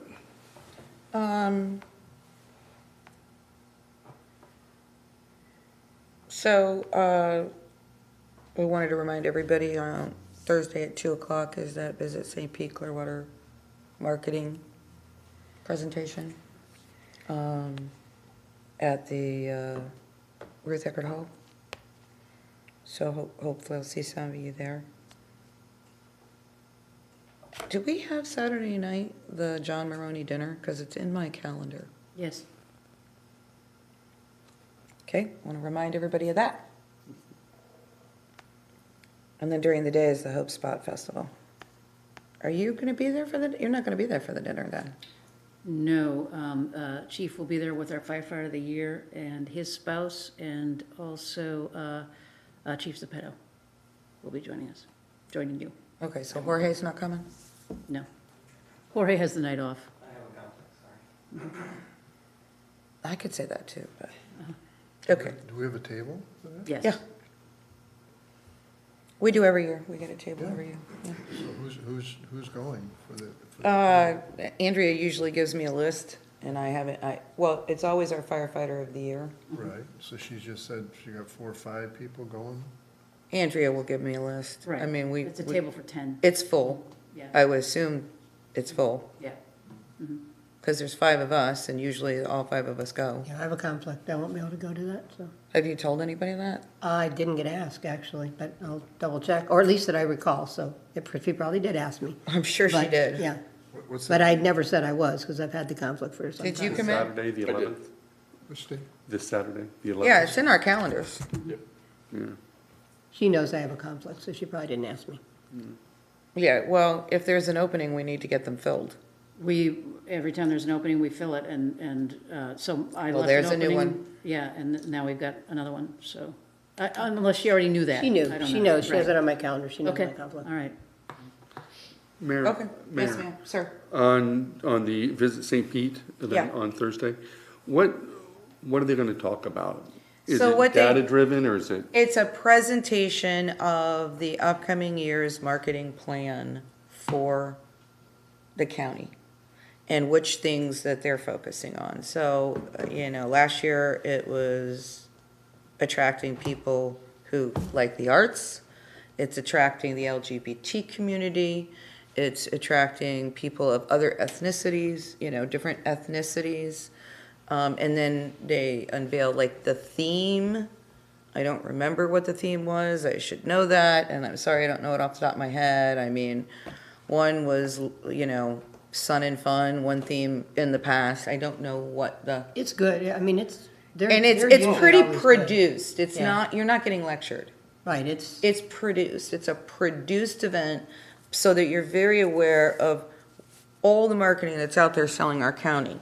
which also includes Dunedin, not just, I mean, because they do special stuff for Dunedin as well, as they do other cities. Right. So it's the unveiling of the, kind of the marketing, the whole idea of marketing for the coming year. And think, because that's important, but for me, it's also important to understand the data. Yeah, and the data's already been seen. Okay. And so this is So we like know the how many- end, this is the end result. So they're coming to you with a great flashy presentation of what it should be, based on the data.